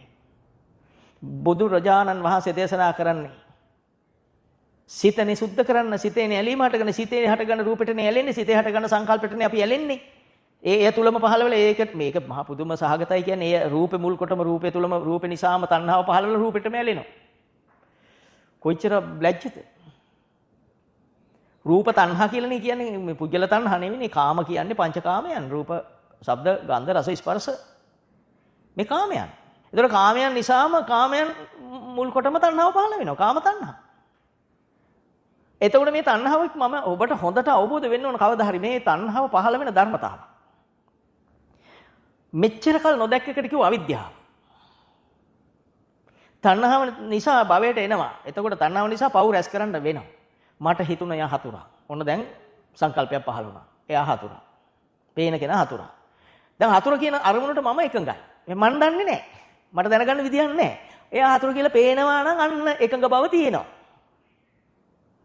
පේන්නේ දිනව නෙවෙයි. අර එයා හතුරු කියලා හිතනවා කියන්නේ අන්න තණ්හාව තියෙනවා. ඒ රූපෙට තණ්හා කළා නිසා තමයි ආයතන පහළුනේ. ආයතනම් පටිලාභෝ. අයං උච්චති ජාති. ඔන්න දුක පහළ වෙන හැටි. ස්කන්ධානම් පාතු භාව ආයතනම් පටිලාභෝ. ස්කන්ධ ආයතන පහළ වුණා. දැන් මම අර එයා හතුරු කියලා හිතන් ඉන්න. දැන් පින්ද පවුද? මේ චෛතසික ධර්මය මේ කෙලෙස් ධර්මය අපිට පින්ද පවුද? පව්. අන්න සිතෙන් පව් කරනවා. ඇස යොදාගෙන පවත්වනවා. මෙහෙම හිතනකම් ඊළඟ අරමුණ එන්නේ නැතේ අයිට කරන්න ඕන වැඩක්. නැති කරලා දාන්න ඕනද? නැසලා දාන්න ඕනද? ඊළඟට එන්නේ තෙයින් එකක්. මේක ඉවර වෙනවද? නේ ඉවර වෙන්නේ නැහැ කවදාවත්. එතකොට පවෙහි ඇලුණු ගමන් තව පවක් ඒකට පවත්තන්න නඩත්තු කරන්න එයම හෝ වෙනත් සංකල්පයක්. තව රූප වෙන කෙනෙක් සම්බන්ධ පවක් වෙන්න පුළුවන්. එයා සම්බන්ධ පවක් වෙන්න පුළුවන්. එයාට කරන දඬුවමක් වෙන්න පුළුවන්. තව වෙන කරපු පවක් ඔබට මතක් වෙන්න පුළුවන්.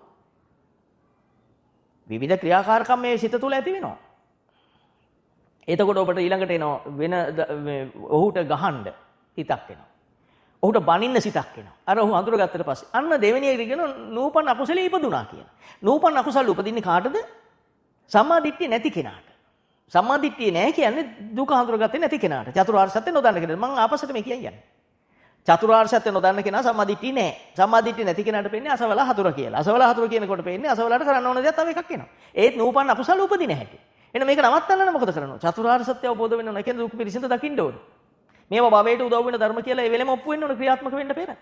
ඔප්පු වෙනකොටම ඔහුපත් වෙන සම්මාදිට්ඨියට. සම්මාදිට්ඨියටපත් වුණාම ඊළඟට සම්මා සමාධිය තියෙන්නේ. සම්මා වායාම තියෙන්නේ. එයාගේ හිත සමාධිගත සිතක්. සම්මා සමාධිය කියන්නේ සමාධිගත සිතක්. පාලනයෝ සිතක්. සුවපත් වෙමින් යන සිතක්. එතකොට ඔහුට අසවල හතුරු කියනකොට පේන්නේ මේ සිතුවිල්ලක් කියලා. මේක සංකල්පයක් කියලා. සංකල්පය නිසාම රාගය පහළ වුණා. ද්වේෂය පහළ වුණා කියලා. මේක මට අනර්ථයි, අසුබයි, අවඩක් කියලා ඔහු ඥාණයෙන් ගවේෂණය කරනවා, විග්‍රහ කරලා බලනවා. විග්‍රහ කරනකොට අර උපන් අකුසලේ පහ වෙනවා.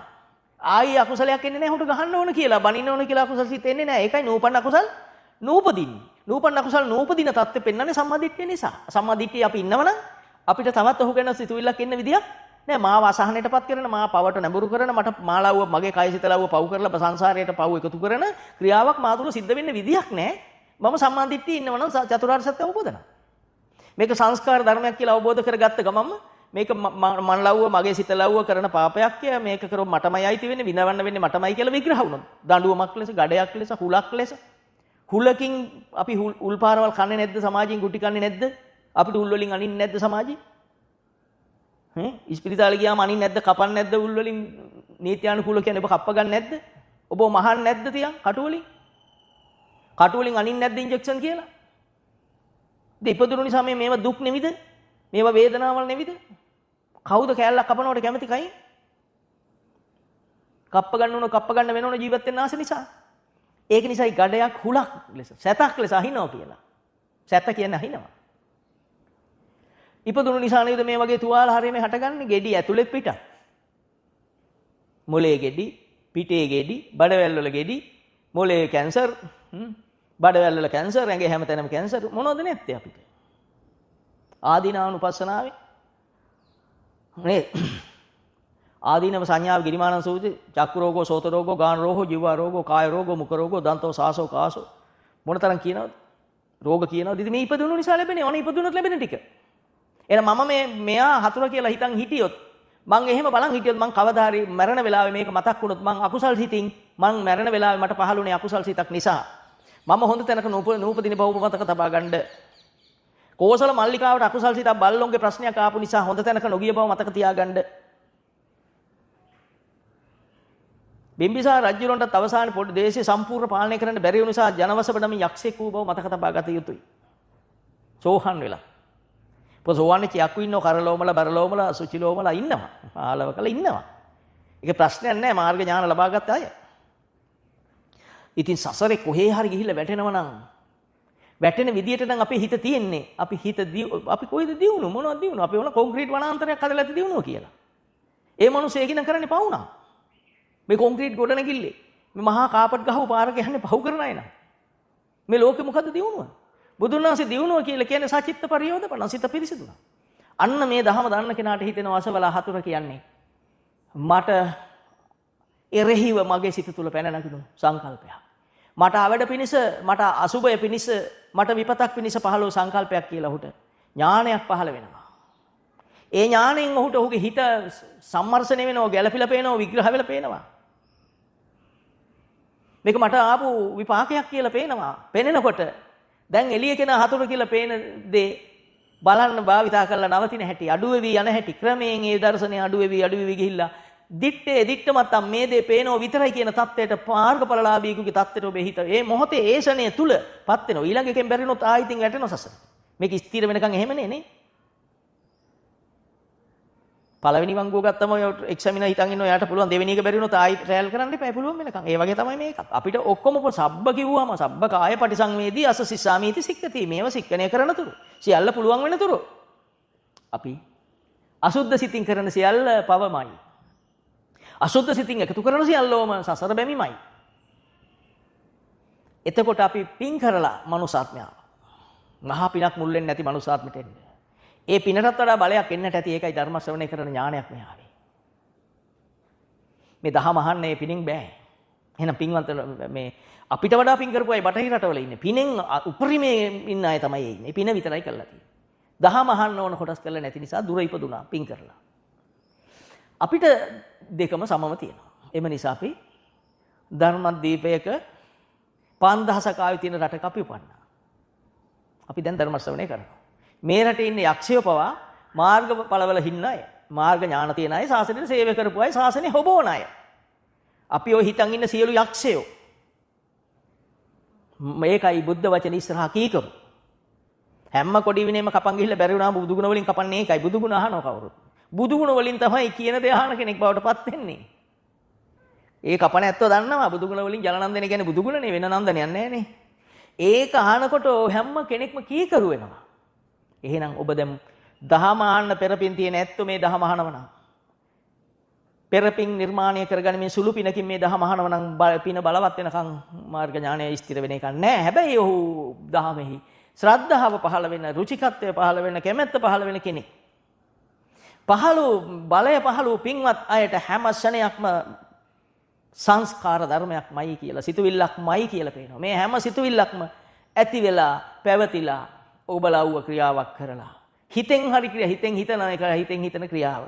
කයින් ක්‍රියාවක් කරොත් කයිනුත් කරා, හිතෙනුත් හිතනවා, කයිනුත් කරනවා. වචනෙනුත් බැන්නොත් වචනෙනුත් කරලා තුන් දොරෙන්ම මහා පව් කඳක් එකතු කරවලා සිතුවිල්ල නිරුද්ධියට යන ඕනම සිතුවිල්ලක් ඇති වෙනොත් නැති වෙනවා. හැබැයි ඔබ නටවල ඇරලා යන්නේ. ඔබ පව්කාරයෙක් බවට පත් කරලා යන්නේ.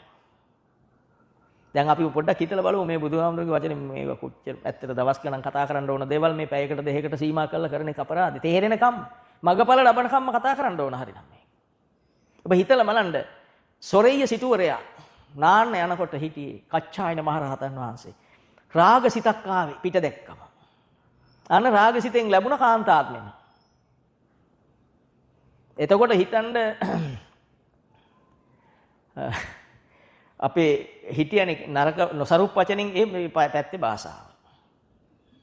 අපේ රටේ ඒ බුදු පියාණන් වහන්සේගේ කාලේ හිටියා රහතන් වහන්සේ කෙනෙක්. උන්වහන්සේගේ භාෂාව සැරයි. ඒ පැත්තේ භාෂාව. සමහර දැන් කොළඹ භාෂාව උතුරු ඒ කියන රට මැද භාෂාව වෙනයි, කොළඹ වෙනයි, මාතර වෙනයි, දකුණ වෙනයි.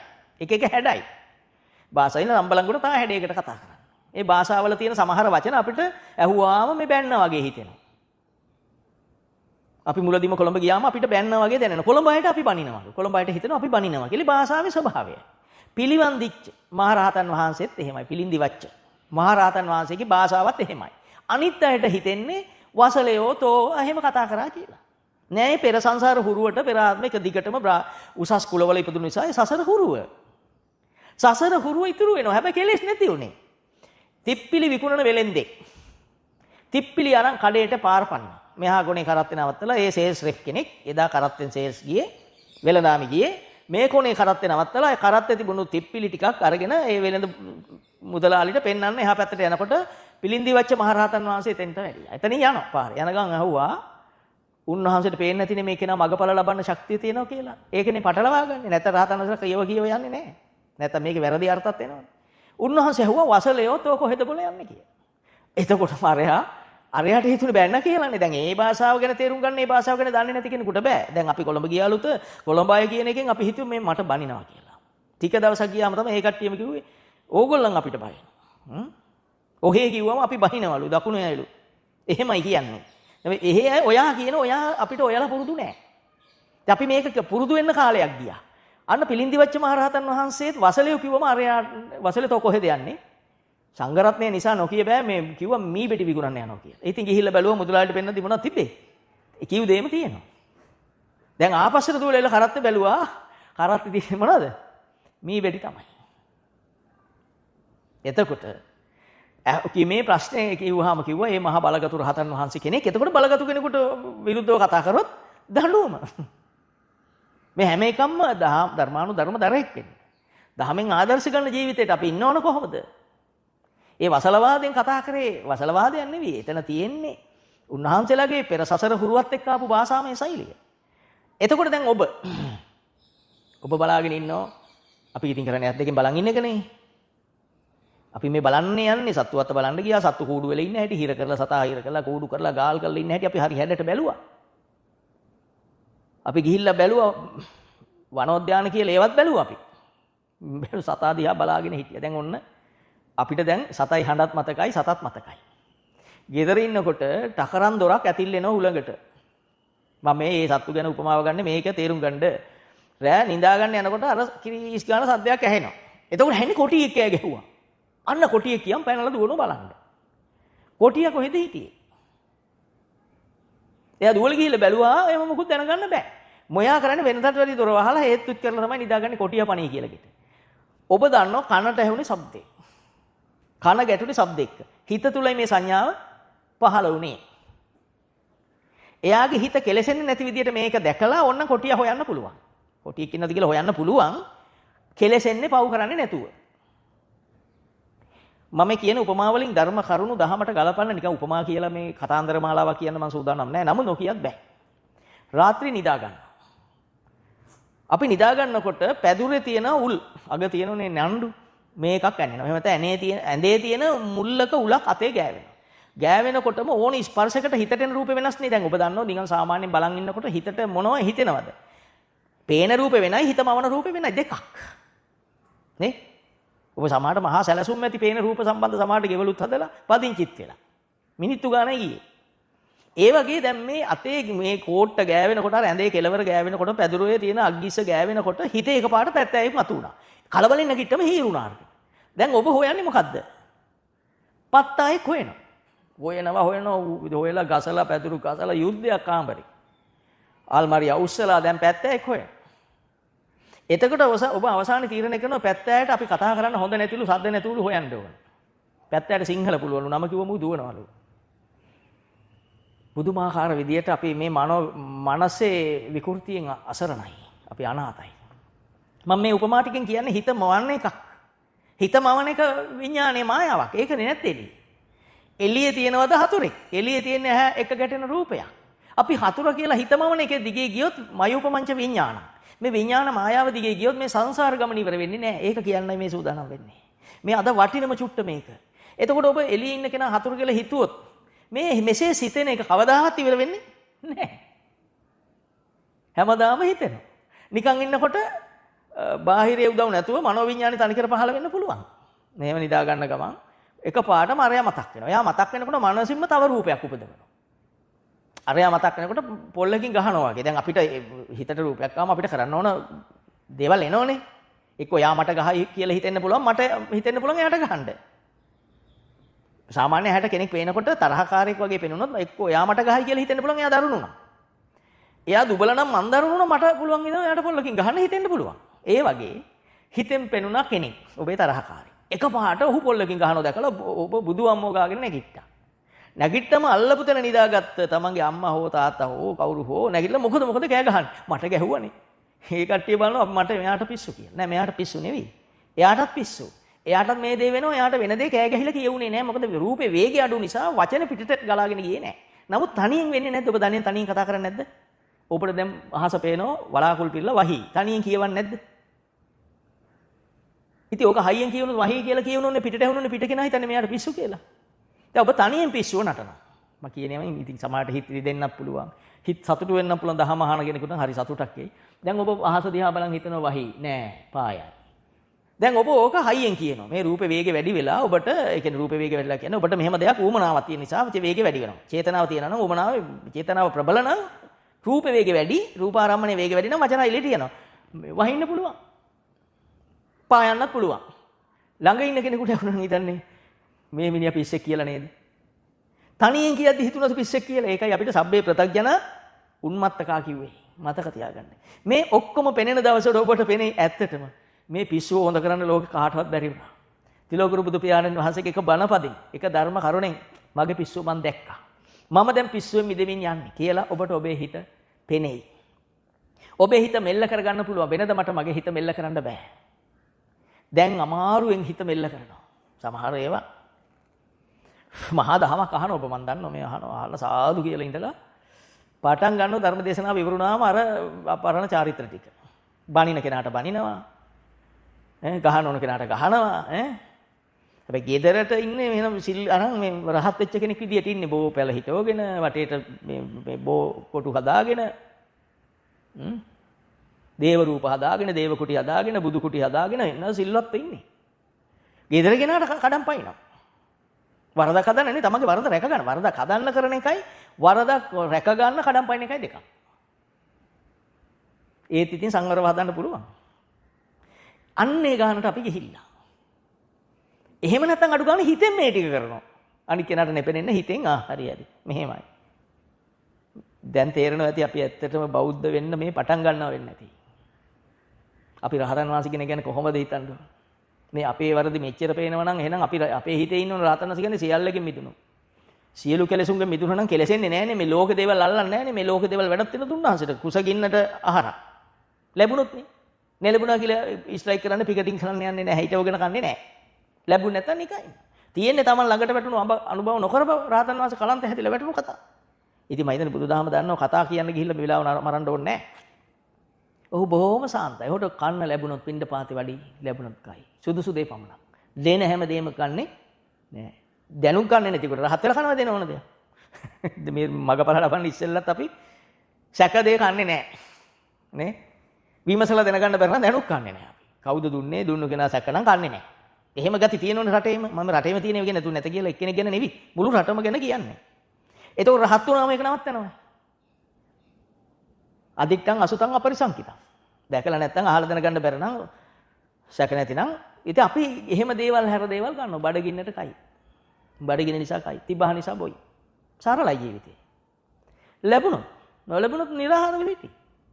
ධනි මං කරපු පාවපල දෙන වෙලාව කියලා. උන්වහන්සේ කර්මෙන් එහාට යන්නේ නැහැ. හේතුඵලෙන් එහාට යන්නේ නැහැ. උන්වහන්සේ දන්නෝනේ මම මේ දීපුවා ලැබෙන්නේ. මං නොදීපුවා මට නොලැබෙන්නේ. නොදීපු නිසා ඉන්නේ ලැබෙන්නේ. උතුමන් නෙලීද්දි මං හැංගිලා කන්නේ නැති. ඒක නිසා මට අද බඩගින්න ඉන්නවා.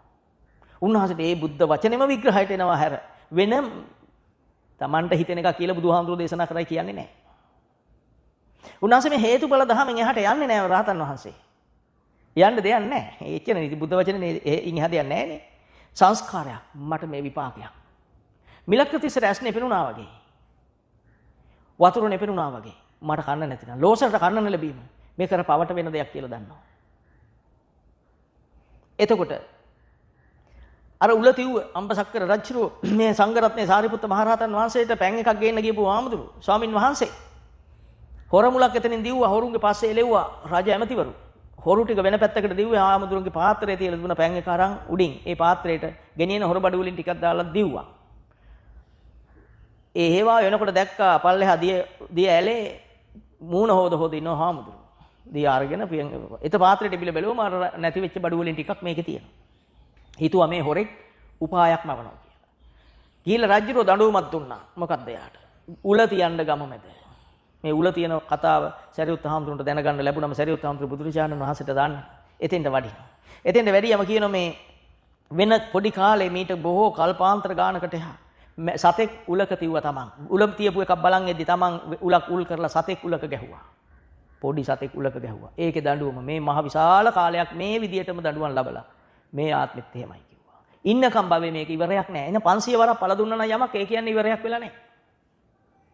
නේද?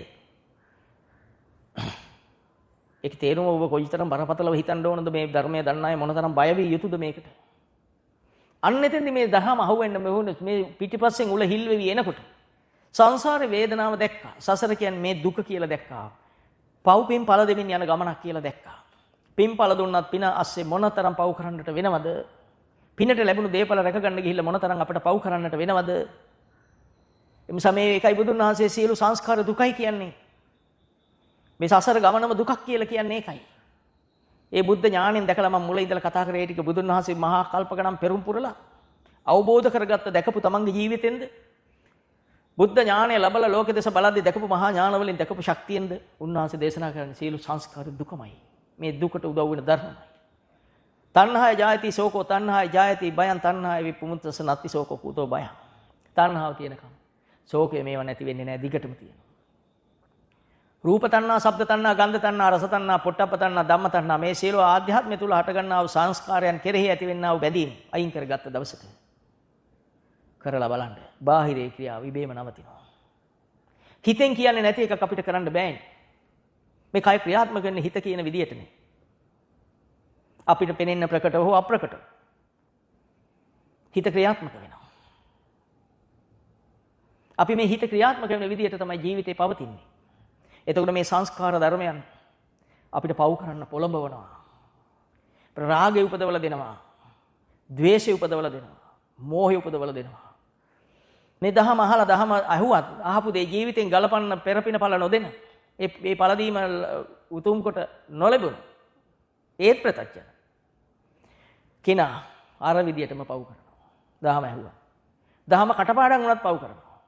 ඔව් සසර බය ආවට පස්සේ තමන් තුලින් මෙය ගැළපී පේන්න ගත්තට පස්සේ දහම ස්වාක්ඛාත වෙනකොට තමන්ට තමන්ගෙන් පේනකොට පුදුම බයක් පුදුමාකාර සසර බයක් එනවා.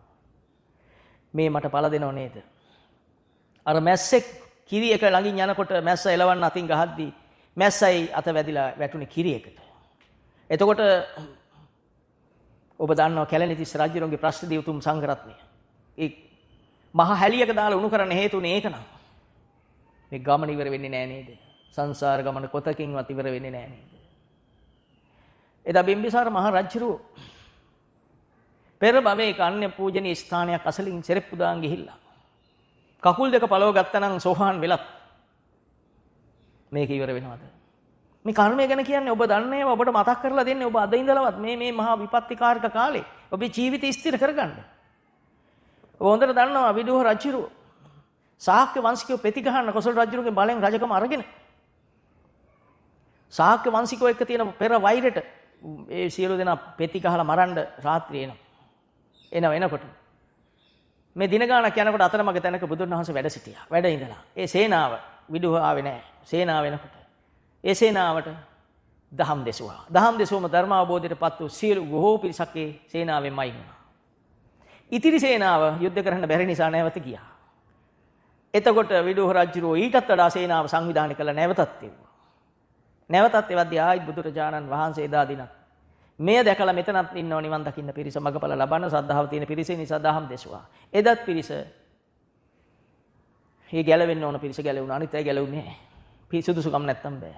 ඊළඟ දවසේ විදුහත් ගියා මේකට මහා සෙනගක් එක්ක මෙහෙවන්. එදා උන්වහන්සේ දැක්කා කිසිදු කෙනෙක් සුදුසුකම් ලබලා නැති බව. විදුහ ගිහිල්ලා මේ අය නිදි අහන්නේ පෙති ගහලා ආවා.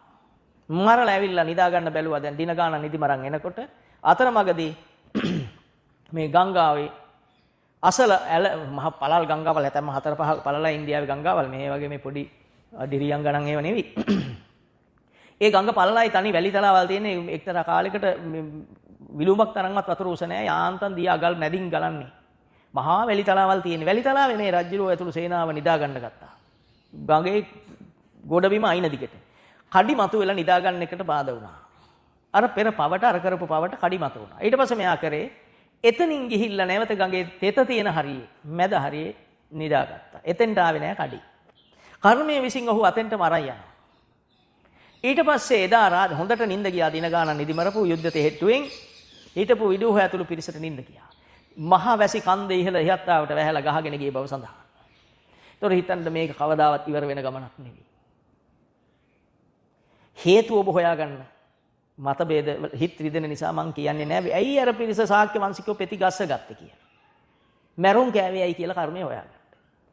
එතකොට ඔබ තේරුම් ගන්න අද ඔබේ හිත අර කෙනා හතුරා කියලා හිතනකොට පෙර සසරේ දෙයක් වෙන්න පුළුවන් මේ.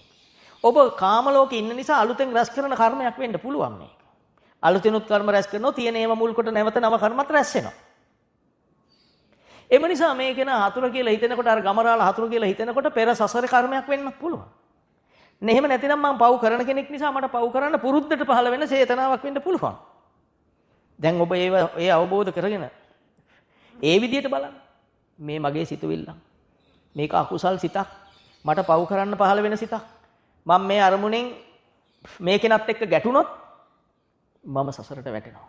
මං සසරට වැටුණොත් කවුද මාව බේරන්නේ? අතින් ඇදලා බේරන්න කෙනෙක් නෑ මේ ලෝකේ. උයනකින් ගිහිල්ලා උස්සලා ගිහිල්ලා තියලා කර්මෙන් බේරන්න කෙනෙක් මේ ලෝකේ නෑ. එම නිසා මම්මයි කරන්න ඕන. Tamanටම මේ වැඩේ බුදුරජාණන් වහන්සේ පවරන. අන්න ඒකයි ස්වාක්ඛාතෝ භගවතා කියන්නේ. මේ ධර්මයේ ස්වාක්ඛාතයි Tamanටම ආවෙන එකයි. Taman විසින් කරගත යුතුමයි. දැන් තේරෙනවා ඇති එහෙනම් ඇස අපට කවදාවත් උදව් කරලා නෑ නිවන් දකින්න. ඇස උදව් කරේ මේ පව පවත්තන්නමයි. අපි මේ සිත සුද්ධ කරාට පස්සේ ඇසට මේවා පේනෝ විතරයි. දිත්තේ දිත්ත මත්තම්. කනට මේවා ඇසෙනෝ විතරයි සුතේ සුත මත්තම්. මේවා දිවට දැනෙනවා. නාසයට දැනෙනවා, කයට දැනෙනවා විතරයි. මුතේ මුත මත්තම්. ඒවා දැනෙනකොටම ඇතුලේ වෙන දේ පෙනෙනවා. පෙනිලා ඔහු වීරිය වඩලා ඒ කෙලෙස් ටිකෙන් මිදෙනවා. මතක් වෙන දේ විඤ්ඤතේ විඤ්ඤතං. ඒකත් මතක් වීමක් විතරයි. ඒකෙන් ඔහු නව කර්ම රැස් කරන්නෙත් නැත. කර්ම රැස් කරන්නට ආවාම ඔහු ඒ දකිමින්නේ මිදෙනවා. එතකොට අපි මේ ජීවිතේට මේක සම්බන්ධ කරගත්තොත් අපිට මේ ගමන ඉවර කරන්න සම්මා දිට්ඨියටපත් වෙන්න බොහොම ලේසියි.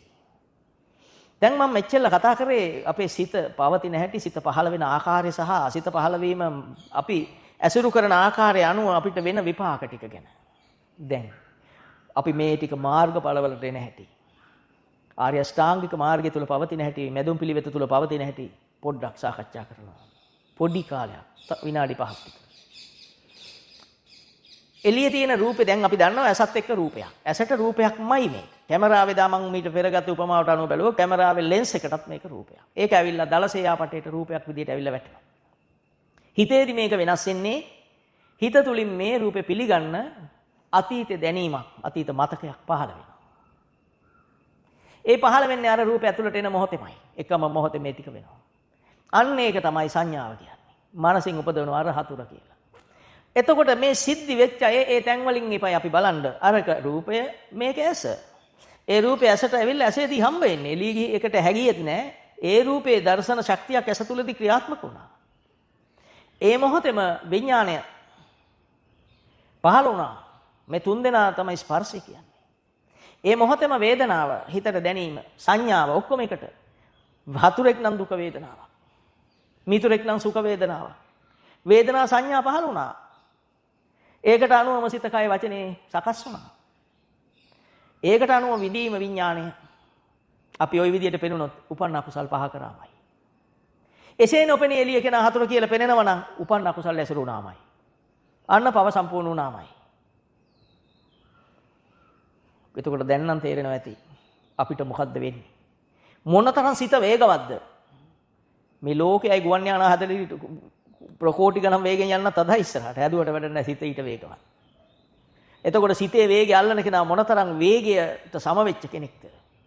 රහතන් වහන්සේ නම් මේ සියලු වේග ඉක්මවපු කෙනෙක් නේද? බුදුන් වහන්සේ මේක සොයාගන්නේ කිසි කෙනෙකුට උදව් නැතුව. දැන් අපිට මේ උදව්වෙන් කියලාත් නේ බැරි.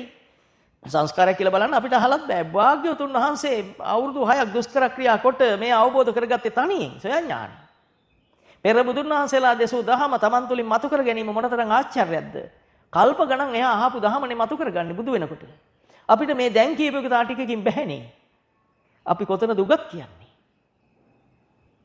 අපිට ඔෆිස් එකේ හදිසියක් වුණාම කාර්යාලය කෙනෙක් මෙහෙම එන්න කිව්වම මේ කාර්යාලය අනිත් සේවකයා දහම අහපු කෙනෙක් නම් ඔහුට කේන්ති ආවම ඔහුට ඊට ඉස්සෙල්ලා දවසේ හරි අහපු දහම මතු කරගන්න බෑනේ තමන්ගේ පවු නොකර සිටීමේ ක්‍රියාව සඳහා. නේද? ගෙදරදී නම් බලන්න. දැන් මේ අහලා තා චුට්ටකින් වෙන්න පුළුවන්. වහිනවා. අයියේ. ජනේලේ වහලා නැහැ ගෙදරයි. උලඟට තෙමිලා ඇඳ. එතෙන්ට ගිය ගමන් අන්න එයයි කවුද කියලා බලා ගන්න හැකි. මේ දහම අහලා මිනිත්තු ගානයි. ගිය ගමන් ඇඳ තෙමිලා. මේවා වහන්න දන්නේ නැද්ද කියලා එයයි ආලෝක එදා මුලින් හිටී තත්ත්වයටපත් වෙන්නේ නැහැටි.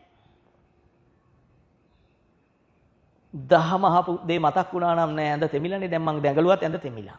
මං කෑ ගැහුවත් තෙමිච්ච ඇඳ තෙමිලා. අන්න පළමුව ඔහු සමතේ නුවණක්කාරකම යොදාගත්ත තමන්ගේ හිත නිවා ගන්න. එහෙනම් මං කරන්න ඕන දැන් මේ මගේ පහළෝ සිතේ වරද දකින්න. ඉස්සෙල්ලා දැක්ක දැන් මේ කොහොමත් ඇඳ තෙමිලානේ. මේක සිතුවිල්ල. මේ මට ආපු අකුසල් සිතක්. මම මේක ඇසුරු කරන්නේ නැහැ. මේක මට අනර්ථය පිණිස දෙයක්. මම මේ ආත්මේ ඇඳ තෙමුණා කියලා බැන්නොත් එනාත්මක යා හම්බෙන්න පුළුවන් රජෙක් කියලා මම පාරේ යද්දි. අර සිතයයි දන්නේ නැතුව අප්‍රකටව හුතුල මම දැක්ක ගමන් ක්‍රියාත්මක වෙනවා. බුදුන් වහන්සේ දකින්නකොට දේවදත්තට අප්‍රකටව. දේවදත්තට නොදෙනී අප්‍රකටයි කියන හුරු ප්‍රකට වෙන්නේ නැනේ වෙන ආකාරයේ නොපෙනී හිතුණා ගල් පෙරලන්න. ආලින්ට රාපෝලේ වණ්ඩ. දර බැඳලේ වණ්ඩ. මරන්න උන්වහන්සේ සැලසුම් කරනවා. උන්වහන්සේ මරන්න දේවදත්ත සැලසුම් හිතෙනවා. එතකොට දේවදත්තට ප්‍රකට වෙන්නේ නැහැ මේ කර්මය කොහෙන් එනවද කියලා. අපිටත් එහෙමයි. අපි මේ ආත්මේ ඇඳේ ප්‍රශ්නෙට බැන්න. අපි කාලානුරූපව මිය ගියා. මිය ගිහලා අපි පෙර පිනක් පළ දීලා මනුසාත්මෙම උපන්නා. වෙන්නේ නැහැ. නමුත් අපි හිතමු උනා කියලා. වෙනකොට ඒ කෙනා මැරිලා ගිහිල්ලා වෙන පවුලක ඉපදෙලා එයා ඊට කාලයකට පස්සේ රජ වෙනවා. දැන් රජු ඊට ඉස්සෙල්ලා ආත්මේ තමන්ගෙම ගෙදර කෙනෙක්. කෙනා කවුද කියලා හිතන්න ඕනේ කෙනෙක් කියලා හිතන්න. එයා දැන් මේ ආත්මේ රජෙක්. අපි යනකොට අපි අර බැනලා බැනුම් අහපු සිත එයයිගේ අපේ රූපේ ඉස්සරහට ප්‍රසාද රූප වශයෙන් රූපේ ගතියට අනුව මේක ගතියක්. ගතියක ලක්ෂණයක්. කෙනෙකුගේ ලක්ෂණයක් නෙවෙයි. එතකොට මේ රූපය හැට පේනකොට ඒක පිළිගන්නේ ඒක හා සම්බන්ධ රූප අන්න ආවා අරක. ආවම යාට ඒක පේන්නේ නැහැ මේ ඇඳක තිබිච්ච ප්‍රශ්නයක් පේන්නේ නැහැ. ඒකෙන් ආපු පීඩනේ මෙයාට රූපේ ලෙස එනවා. මෙයාට දැකම කූඩුවට දාන්න කියයි ඇතුළට. මොකද පාර යන්නේ මේ වෙලාවේ රජුර වෙන වෙලාවේ. දාන්න කූඩුවට. එහෙම හරි සංකල්පකින් එයි. මේ අඩුම දෙයක් මම ඔබට කිව්වේ. මේ නිකන් ඉන්න බෝධිසත්වයන් වහන්සේ ළමාවදීදී මස් පිනිස මරන් කන්නේ. ඒ බෝසතාණන් වහන්සේ සද්ධර්ම දේශනා කරන සාන්තිවාදී තාපසේ කෑලිවලට කපලා ඇසිල් කරලා මරන්නේ. ওই කර්මයේ ක්‍රියා ස්වරූපේ හැටි. එතකොට ඒකෙන් බේරෙන්න ඒ ආත්ම වලින්ම බැරි වුණා දේවදත්තට 49 සැරයක්. මේ බේරෙන්න බැරි වුණා. 9 සැරයක් අවීචි වල ගියා. 8 සැරයක් බෝධිසත්ව ආත්මවලදීත් මේකේ බුදු වෙලා ආත්මේ පලිය අරගෙන දේවදත්තා ගියා. මේ යන බව බුදු වෙසින් දැකලා දේශනා කරත් පෙර සසර පුරුද්ද නැත්තම් තේරෙන්නේ නැහැ. එතකොට දැන් අපි කොච්චර බය වෙන්න ඕනද? දේවදත්තගේ කොට සයයි කරගත්තනේ. දැන් අපි කොච්චර බය වෙන්නද? අපිට මේ බැරි නම් බැහැමනේ අපි කරගන්නේ පවුමනේ. අපි කෙනෙකුට හොරා පව් කරනවා කියලා එකක් නැහැ. කාටවත් හොරා නෙවෙයි කරන්නේ. තමන්ගේ පවේ අයිති මතක තියාගන්න කවුරුත්. මේ ලෝකයා හිතනවා මං එයාට නොපෙනෙන්න කරාම හරි. අනිත් අයට නොපෙනෙන්න මේක කරාම හරි. හරි නෑ. දැන් කරලා තියෙන පව් තමයි. දැන් අද ඉඳලා පටන් ගන්න කාට ගැලවෙන්න පුළුවන්. මේක සතුටු වෙන දෙයක් මේ කියන්නේ. දුක් වෙන්නත් ඕන සතුටු වෙන්නත් ඕන. කාටද දැන් ගැලවෙන්න පුළුවන් බුද්ධ වචනේ තියෙනවා. එහෙනම් ධර්ම ඥාණය අද උපදව ගන්න. හැබැයි අද ඉඳලා මේ පව් කරන එක නවත්තන්න. නැතුව නම් මේ පව් කර ධර්ම යන එක කෙනෙක් ලෝකේ නැහැ. සියලු දෙනා මාර්ගඵල ලබනකොට පව් නවත්තලා ඉවරයි නැවතිලා ඉවරයි. නැත්තම් ඔබේ ජීවිතය කියලා ඔබට ඉතුරු වෙන්නේ ඕපව්මයි. ඔබ බලන්න ඔබට නිින්දට ගියාම මතක් වෙනද හොඳ දෙයක්. ඔබ ඔබේ හිත බලලා නැති ඔබ දන්නේ නැහැ. මම මගෙන් ජීවිතෙන් දහම දැක්කා. මට දකින්න මගේ පින්වත් සංඝරත්නය උගන්වද්දි මම මේවා අහලා හොඳට ධර්ම ඥානෙ පහල කරද්දි මම මගේ හිතෙන් දැක්කා. හොඳ දෙයක් එන්නෙම නැහැ. එන්නෙම අකුසල් බව දැක්කා. එන හැම එකකම කෙලෙස් එන බව දැක්කා. දැකලා මං කෙරෙහි බය වුණා. මට බය වෙන්න එළියේ නැහැ. මට එළියෙන් එනවා නම් එන්නේ මං කරපු එක විපාකයක්. ඒ විපාකේ බාහිරින් විපාකය ලෙසත් අලුතෙන් කර්ම රැස් කරන්න හුරුවක් ලෙස හිත තුලත් මට දෙපැත්තෙන්ම පහළ වෙනවා. මම ඒව නුවණින් අවබෝධ කරගත්තා. මම අදත් ඒ සංඝරත්නයේට හදපතුලෙන් පින් දෙනවා. හැම මොහොතෙම එහෙමයි. වඳිනකොට ප්‍රථමයෙන්ම පින් දෙන්නේ උන්වහන්සේලාට. බුදුන් වහන්සේ හැරුණුකොට සියලු බුදුන් වහන්සේලා හැරුණුකොට පින්වත් සංඝරුවනට මම පින් දෙන්නේ මං අද මේ සතුටේ ඉන්නේ. ඕනම දෙයකට ගලපා ගන්න ඥාන මට පහල කර දුන්න මට උදව්වට හිටපු මගේ සංඝරුවන නිසා. ඔබ හිතන්න. ඔබට දැන් ගැලවෙන්න පුළුවන්. බලන්න බුද්ධ වචනේ කොච්චර සාද සබ්බපාපස්ස අකරන. සබ්බ කියන්නේ සියලු. සියලු ගොන් ගොඩක් නේ. එකක් දෙකක් නෙවෙයිනේ. ඇහෙන්, කනෙන්, නාසයෙන්, දිවෙන්, ශරීරයෙන්, මනසෙන්. ඊළඟට ගත්තොත් සිතින්, කයින්, වචනේ. නේ? කයින් කිව්වම ඇසත්තයි ඉතින්. ඔක්කොමයි ඉතින්. වචන කිව්වම ඔක්කොමයි ඉතින්. දැන් කෙනෙකුට ගහන්න උනාම කයින් ගහන. කයින් ගහනකොට හිත නැද්ද? හිත තියෙනවා. වචන නැද්ද? හිතෙන් තනියෙන් කතා කරනවා. හයියෙන් කියන්න බලන නම් හයියෙනොත් සබ්බ අසබ්බ දෙකෙන්ම කියනවා. සබ්බ 2යි අසබ්බ 10යි. වේගය වැඩි වුණාම සભ્‍යත්වය නැති වෙනවා. ඕනම තැනක් අදාළ නැහැ මේකට. රජ සභාවත් එකයි. පළාත් සභාවේ ප්‍රාදේශ සභාවෙත් එකයි. ඒ ඉන්න තැන Tamanට ඉන්න උන් හිටිතෙන් අමතක වෙනවා මේ කෙලෙස් වැඩි වුණාම. කීවිල යනවා. පස්සේ තමයි ලැජ්ජා. ඒ මිනිස්සු තනියෙන් ලැජ්ජ වෙනවා. ඉතින් ලැජ්ජා හොදලා දාන්නද? කර්මයාස් කරන්න ක්‍රමයක් නැහැ. ඒ නිසා දැනගෙන ගියොත් නේද? නොදැන ගියොත් කියලා ඔබ කියමනක් අහලා තියෙනවා. මම පූජනීය ස්ථාන ගාව නකමැති. දැනගෙන ගියොත් වෙරෙන්න පුළුවන්. නොදැන ගියොත් අමාරු වෙයි. ඒ නිසා මේ තාක් වුණා නම් ඔබෙන් පව්. ඔබ ඔබට අනුකම්ප කරගන්න. මම නියෝජනය කරන්නේ බුද්ධ ශාසනය. බුදුහාමුදුරන්ගේ දහම අහනවා කියන්නේ මම නියෝජනය කරන කෙනෙක් නියෝජිතෙක් කියලා මේ දහමේ. හැබැයි අනිත් අය කරන පව් වලට ඔබ සමාන නෑ දැන්. අනුබල දුන්නත් බලන් හිටියත් දන්න කෙනෙක් නොදැන නොකිය හිටියත් ඒව නවත්තන්න උදව් නොකරත් සමාන අකුසල්. මාළු ටිකක් ඇහෙන් දැකලා තමයි ඔළුව කැක්කුම තිබුණේ. කොහොමද කර්මය එතකොට? බෝධිසත්වයන් වහන්සේට. නිසා දැන්වත් තීරණය කරන්න. ඔබ ඔබෙන් සමාව අරගෙන සම්පූර්ණ පවෙන් ගැලවෙන්න. ඒ බුදුන් වහන්සේලගේ දහම තියෙන කාලේ මේ 5000 තුල විතරයි මේ වචනේ අහන්න ලැබෙන්නේ. මහා කල්පයක් කියන්නේ කොච්චරද? අසංකේයයක් කියන්නේ කොච්චරද? අසංකේයයක් කියන්නේ 140ක්. 1.140ක්.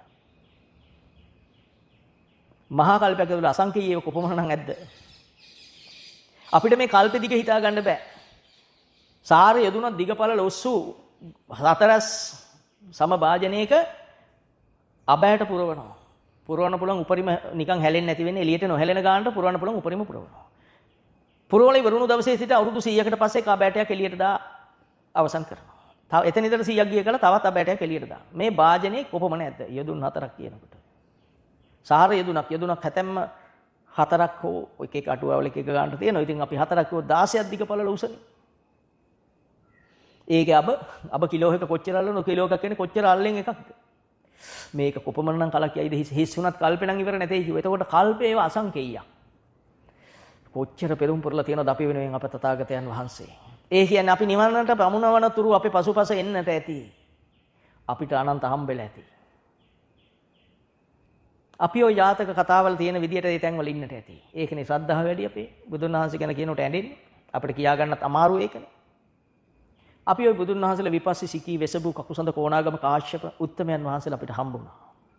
හම්බ වෙන්නට ඇති. අපි උන්වහන්සේට උපස්ථානත් කරලා ඇති. අපි උන්වහන්සේලාට සාදු කියලා ඇති බිම දිගා වෙලා වැඳලා ඇති. ශ්‍රද්ධාව අධික වුණාම බිම දිගා වෙලා වඳිනවා. නමුත් අපිට තාම මේ ගෝර සසරින් එතර වෙන්න බැරි වුණා. පාරමිතාවක ප්‍රශ්නයක් දෝ නැත්නම් අපේ දුබලකමක් දෝ දන්නේ නැහැ. වෙන සාසනයකට පෙරම් පුරනවා නම් ඒ දා වෙනකම් බෑ තමයි. හැබැයි ඒ වෙනකුත් අපිට කරන්න තියෙන්නේ පවු නොකර ඉන්න එක. ඒ වෙනකම් කරන්න තියෙන්නේ කුසලස උපසම්පදා තමයි. මේ තුන් ලෝකෙට දේශනා කරු උදාහමක් ඒ පෙරම් පුරන කෙනා ඇරලා නෙමෙයි මේ කියන්නේ ඔක්කොටම. ඉතින් රජකම් කරලා අවුරුදු 20ක් නිරේ යන්නට උනා. නිරේ කියන්නේ ඔසුපත් නිරවල යන්න උනා නම් අවුරුදු 82කට.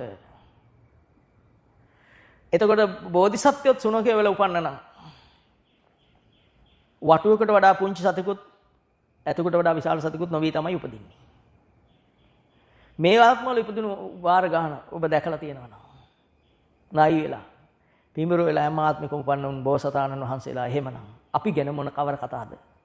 ඒ පෙරම් පුරන උත්තරමේ අනුන්ට සේවය කරන්න ගිහිල්ලා අනුන් හදන්න ගියාම කරන්න වෙච්ච සමහර ක්‍රියාකාරකම් නිසා අත්තුණු පාපයට විපාක වශයෙන් යන්න උනා නම් ඒ බෝධිසත්වයන් වහන්සේ ඒකට කැමති මිනිහෙක් හදන්න පුළුවන් නම් එහෙම හරි හදනවා. අපි කවුද? පවක් බාර නම් අනුන් හදන්නේ. අපි බලන්නේ හොඳට ෂර්ට් එක අයන් කරලා මැදගෙන මේක පොඩි නොවි කියනවා නම් කියලා පිළිගන්නේ නැත්නම් එයාට බැනලා එලවන්න පිළිගන්න නම් හොඳයි කියන්න. බුදු වෙන පෙරම් පුරණ අය විවරමිතා පුරණ අය දන්නවා මේක එකපාරට බෑ. බැරි නම් බැනුම් අහගෙන හරි ආයි ඇවිල්ලා කියනවා. එතකොට මේ බුදුන් වහන්සේ කෙනෙකුගේ ගුණය බෝසත් අවදියේ නිර්මාණය කර ගනිමින් මේ මහා ප්‍රාතිහාර පාමින් මොනවාද ලෝකේ තියෙන උතුම් ප්‍රාතිහාර කෙනෙක් නිවනට පමුණවන එක. එර්දි ප්‍රාතිහාර නෙවි ප්‍රාතිහාර. අනුශාසනාවමයි ප්‍රාතිහාරය. කෙනෙකුගේ හිත නිවෙන්නේ මෙහෙමයි කියලා බුද්ධ වචනේ ගලපා පෙන්නන එක. අන්න ඔබට දැන් පේනවා මේක එහෙනම් සිතක් මේක සංස්කාරයක්. මේක මට අනර්ථය පිණිස අවඩ පිණිස පහළ වුණු එකක්. මේක දුකේ පහළ වීමක්. අන්න සම්මාදිට්ඨියටපත් වුණා. දැන් ඔහු සම්මාදිට්ඨියටපත් වෙනවා. දැන් ඔහුට පහළ අරමුණ තමයි දිට්ඨිය කියන්නේ. අකුසලයේ මුල්ලෝ අකුසලයේ පිරුණු සංකල්පය තමයි දිට්ඨිය කියන්නේ. අන්නේ දිට්ඨියෙන් ඔහු මිදුණු එක සම්මා දිට්ඨිය. දැන් එතනම තමයි කරණීයමෙත සූත්‍රය කියන්නේ දිට්ඨිංච අනුපගම්ම. අන්නේ දිට්ඨිය මිදුණු තැනයි සීලය පවා තියෙන්නේ. වචනෙන් වෙන සීලය, වචනෙන් කරන පව් නවත්ත ගන්න එක වචනෙන් වෙන සීලය. සිතෙන් වෙන සීලය සිතෙන් වෙන පව් නවත්ත ගන්න එක චෛතසික සීලය. කාය සංවර සීලය කයින් වෙන පව් නවත්තගත් එක කයින් වෙන සීලය. අන්න දැන් සීලය. එතකොට දිට්ඨිංච අනුපගම්ම දිට්ඨියකට නාවොත් අන්න සීලවා. සීලයට පහනපත් වුණා. සම්මා දිට්ඨියටපත් වුණා. එතකොට අසවල ආතුර කියලා බලනකොට මට තියෙන දිට්ඨියක්. බලනකොට මට පවයිති වෙනවා. මේ සංස්කාර ධර්මයන් මේ දුකට අයිති දෙයක් කියලා දකිනකොට දිට්ඨිංච අනුපගම්ම සීලවා සීලයටපත් වෙනවා. දස්සනේන සම්පන්න ඔහුට ඉතුරු වෙනවා ආර්ය දර්ශනය. ඔහුට දර්ශනයක් තියෙනවා. කාමයේ සුවිනය්‍යගේ දැන් ඒ කාමයේ ඒ රූපය ඇතුලේ පහළ රූප කාමයෙන් මිදුණා කාම විනය හැසිරීම මම මුලින්ම කිව්වා විනය කියන්නේ හැසිරීම. කාමයේ සුවිනය්‍යගේ දැන් පාප විනය පව් කරලා භවයට වැටෙන විනයෙන් මිදුණා විනය්‍යගේ දැන් නැවතුණා. දැන් නැහි ජාතු ගබ්බසෙයන් ඔහු තුල උපදින්න හේතුවක් ඒ තුලින් හදාගත්තේ නැත. ඔහු මහා නුවණක්කාරී. ස්ථිර වූ දවසට මේ රහතන් වහන්සේගේ ගුණයත් මෙතනින්ම තමයි විස්තර වෙන්නේ. එතකොට සම්මා දිට්ඨියට උනපත් වුණු කෙනෙක් ඒ වෙලාවේ උට සංකල්ප නැහැ. ඒ සංකල්පයේ උපන් සංකල්පෙන් තමයි මිදුනේ. නෙක්ඛම්ම සංකප්ප, අව්‍යාපාද සංකප්ප, අවිහිංසා සංකප්ප උට හිංසාවල් ඔහුගෙනුත් අනුන්ටත් නැහැ. මම පෙර කර විස්තරේ මේ නැවත කරයි යන්නේ. සම්මා සංකප්පයටපත් වුණා. සම්මා සංකප්පයටපත් වුණා කියන්නේ සම්මා දිට්ඨියේ ඉන්න මොහොත. ඒ මොහොතට අදාළ කොටස්. දැන් එයාට ඒ මොහොතේ වචනින් වෙන අකුසල් නැහැ. මුසාවාදා, පිසුනා වාචා, පරුසා වාචා, සම්ප්‍රප්පලාප ආදී වචනින් වෙන අකුසල් ඒ මොහොතේ නැවතිලා මොන වචනයක්වත් ඔහුගෙන මට කතාවක් නැහැ. ඒ ඔක්කොම සංස්කාරයක් කියලා දුකක් කියලා පේන නිසා ඒලිය තියෙන රූප සම්බන්ධ කිසිම වචනෙන් වෙන අකුසලයක් මට නැහැ. ඊළඟ සම්මා කම්මන්ත කයින් වෙන අකුසලයක් මට නැහැ. පානාතිපාතා පරපණ නසන්න යන ඒවා. ඔහුගේ දේවල් නොදුන් දේවල් ඔහුද මොකද දුන්නේ නැහනේ මට නොදුන් දේවල් ගන්න ඒවා. කාමසු මිත්‍යාචාරය ඒ කාමයන් කියන්නේ රූපකාම, ශබ්දකාම, ගන්ධකාම, රසකාම ඒවා ආදීද බාහිරයෝ සම්බන්ධ රූප ඇලීමෙන් නිසා හට ගන්නා උපදින්නා කාම මට්ටම්ද සියල්ලකින් මිදිලා. කාමසු විනයක දන්න දැන් කයින් වෙන අකුසල නැවතිලා. සම්මා කම්මන්ත. සම්මා ආජීව මිත්‍යා ජීවිතය ඔහු නැවත්ත ගත්තා. මිත්‍යා ජීවිතය කියන්නේ මේ හිතෙන දේට අනුව ජීවත් වෙන එක. ඔහු හිතුවේ මේක තමයි හිත හරි කියලා. අන්නේ ජීවිතේ නැවතුණා. මිත්‍යා ආජීව පහය සම්මා ආජීවං කප්පති අයං උචිත සම්මා ආජීව. සම්මා වායාම. දැන් ඔහුගේ ජීවිතය තුළ සම්මා දිට්ඨිය මොහොතේදීම සම්මා වායාමයේ තමයි ජීවිතේ ක්‍රියාත්මක වෙන්නේ. මේ විස්තරය තියෙන්නේ ඔබට මේ ඔබ ආර්ය අංග 8ක්ම ඔබට පහළ වුණා එකක් කරාම. එකක් කරාම පාපාංග ලක්ෂ ගණන් කෝටි ගණන් පාවිච්චි වෙනවා. මේ එකක් වැඩුවාම එක ධර්මතාවක් නුවණින් අවබෝධ කරගත්තා මේ අංග 8ම ජීවිතේ බවට පත් වෙනවා. සම්මා වායාම අනුප්පන්නානම් පාපකානම් අකුසලානම් ධම්මානම් අනුපාදාය චන්දං ජනේති වායමති විරියං ආරපති චිත්තං පග්ගණ්ණාති පජ්ජති පාලියෙන් කියන්නේ කියොත් පද හතරම වෙලාව යනවා මම සිංහලෙන් කියන්න. නූපන් අකුසල් නූපදව ගත්තා. ඒ කියන්නේ දැන් නූපන් අකුසල් නූපදවන්න නම් උපන් අකුසලයක් තියෙන්න පෙතන. අන්න ඒක විස්තර ඊළඟපදින් උපන් අකුසල් පහ කරා. උපන් අකුසලේ පහ කරන වෙලාවේ භාවිතා වෙන්නේ සද්ධර්මය. ඒ භාවිතා කරනවා කියන්නේ සද්ධර්ම ජීවිතේ වෙලා. එතකොට උපන් අකුසල් පහ වෙන නිසා නූපන් අකුසල් කියන්නේ තවත් සංකල්පයක් උපදින්න තියෙන කාලය වෙනවා. ඒ වෙලාවේ එතකොට ලෝභය තියෙනං ඒකට කියන්නේ අකුසලය. ද්වේෂය තියෙනං ඒකට කියන්නේ අකුසලය. මෝහය තියෙනං ඒකට කියන්නේ අකුසලය. රාග, දේශ, මොහ අකුසල්. දැන් රාගය, ද්වේෂය, ලෝභය, මෝහය නවත්ත ගත්තා නම් අන්නේ නැවැත්වීමට කියන්නේ අලෝභ, අදෝස, මොහ. නේද? අලෝභ, අද්වේෂ, මොහ කියන්නේ කුසලය. අන්න දැන් අකුසලයේ නවත්තන එකට කිව්වා කුසලය, කුසලස උපසම්පදා. අන්න තියෙනවා නූපන් කුසල උපදව ගත්තා. ඒ කියන්නේ උපන් අකුසලේ පහ කරනකොටම බුද්ධ වචනේ භාවිතා කරන එකමයි නූපන් කුසලයේ උපදවා ගැනීම. එයාට ආපස්සට බලනකොට පේනවා මම දින්නා. අන්න වූ විපුල භාවයට උපන් කුසලෙන් නූපන් කුසල උපදවා ගැනීමෙන් උපදවාගත් කුසලයේ විපුල භාවයටපත් වුණා වෙනවා. ඔව් දින්න වෙනවා. ඔව් බොහොම සතුටටපත් වුණු කෙනෙක් බවටපත් වෙනවා. uppannānaṁ කුසලානං ධම්මානං තිතියා සම්මෝසාය වේවේ භාවාය වේපුල්ලාය භාවනාය පාරිපූර්ණා යන්නයයි භාවනාව. ඒ කියන්නේ බුදුදහමේ සිද්ධ වෙන්න ඕන උපන්න කුසල් පහ වීමත් කුසලේ පහළ වීමත්. අකුසල් පහ වෙන්න ඕන කුසලේ උපදින්න ඕන. දෙකම සිද්ධ වෙලා. එහෙනම් අසම්මෝසාය වේවේ භාවාය වේපුල්ලාය භාවනාය පාරිපූර්ණා. භාවනාව පිරුණා. චන්දං ජනේති වායමති විරියං අන්න චන්ද චිත්ත විරිය විමංශා ඉද්ධිපාද වැඩුණා. චන්දං ජනේති වායමති විරියං ආරභති චිත්තං පග්ගණ්ණාති පජහති. එතකොට සතර ඉද්ධිපාද කියන්නේ තමා සංසාරෙන් ගලවන්නට තමන්ගේ අකුසල් පහ කොට කුසලේ පහල කර දීමට ධර්ම ශ්‍රවණය කරපු කෙනෙකුගේ වීරිය වැඩෙන ආකාරය. අන්න දැන් එතන සම්මා සතිය හරි. සම්මා සමාධි. සම්මා වායාමෙන් සම්මා සතියට ඔහු දැන් කය මුල් කොට ජීවත් වෙන්නේ. කයමයි දකින්නේ. ඔහුට පේන්නේ මේක වේදනාවක් විදියට. මේ පහළ වෙන සංකල්පය වේදනාවක පහළ වීමක් විදියට පේන්නේ. ඒ පහළ වෙන දේ සිතුවිල්ලක් විදියට පේන්නේ. ඒ පහළ වෙන තැන තියෙන ධර්මතාවන්. නීවරණ, ආයතන, ඊළඟට උපාදාන ආදී ධර්ම විදියට පේන්නේ. අකුසල් ධර්ම විදියට පේන්නේ.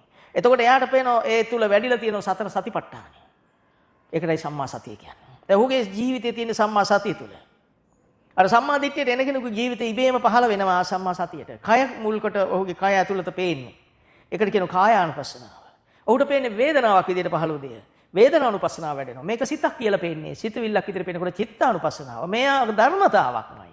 සංයෝජන ධර්මතාවක්මයි. රාගය නිසාම සංයෝජනයක් වුණා කියලා පේනවා. ද්වේෂය නිසාම සංයෝජනයක් වුණා. පේනකොට ඔහු අන්න එතනදී ධර්මානුපස්සනාවත් වැඩෙනවා. සතර සතිපට්ඨානෙම වැඩෙනවා. සම්මා සති. දැන් සම්මා සමාධිය. ඔහුගේ හිත කෙලෙසුන්ගෙන් මිදි මිදි යන ඉබේම. පළමුව විවිච්ඡේව කාමෙහි විවිච්ඡේව අකුසලෙහි ධම්මෙහි. දැන් මේ වචන වලට බය වෙන්න එපා. තමන්ගේ හිතේ අකුසල් කෙරෙහි කෙලෙස් කෙරෙහි එකඟතාව නැති වුණා. අන්න ඒකයි මේ කියන්නේ අකුසල් වලට පවට විවිච්ඡේව කාමෙහි විවිච්ඡේව අකුසලෙහි ධම්මෙහි. අකුසල් ධර්ම වලට ඔහුගේ එකඟතාව නැති වුණා. සම්මාදිට්ඨිය නිසා, බුද්ධ වචනේ භාවිතා කරන නිසා. සවිතක්කං සවිචාරං. විතර්කයෝ කියන්නේ අරමුණු, විචාරයෝ කියන්නේ ඒ ගැන තමන් දරන ආකල්ප. පෙනෙන දේ ඒකට තියෙන ආකල්ප. තියෙද්දිම ඔහු කෙලෙසුන්ගෙන් මිදුණා. අකුසලෙන් මිදුණා කියන්නේ කෙලෙසුන්ගෙන් පාලනය වුණා. ඔන්න ප්‍රථම ධ්‍යානගත වුණා. ඔහුට පේනවා දැන් මංගා විතක්ක ਵਿਚාරය කියන්නේ මේ අරමුණු සම්බන්ධ සංකල්ප මා තුල තියෙනවා. හැසිරෙන්න ඕන ආකාරයත් මා තුල ජනිත වෙලා තියෙනවා. මේක මට අනර්ථයක් අවඩක් කියලා දකින්නකොට විතක්ක ਵਿਚාරයත් අත්හැරෙනවා. චේතනාවල් අහොසි වෙලා යනවා. අරමුණු වෙන්නේ නැහැ රූපය. මොනම අරමුණක්වත් නැහැ.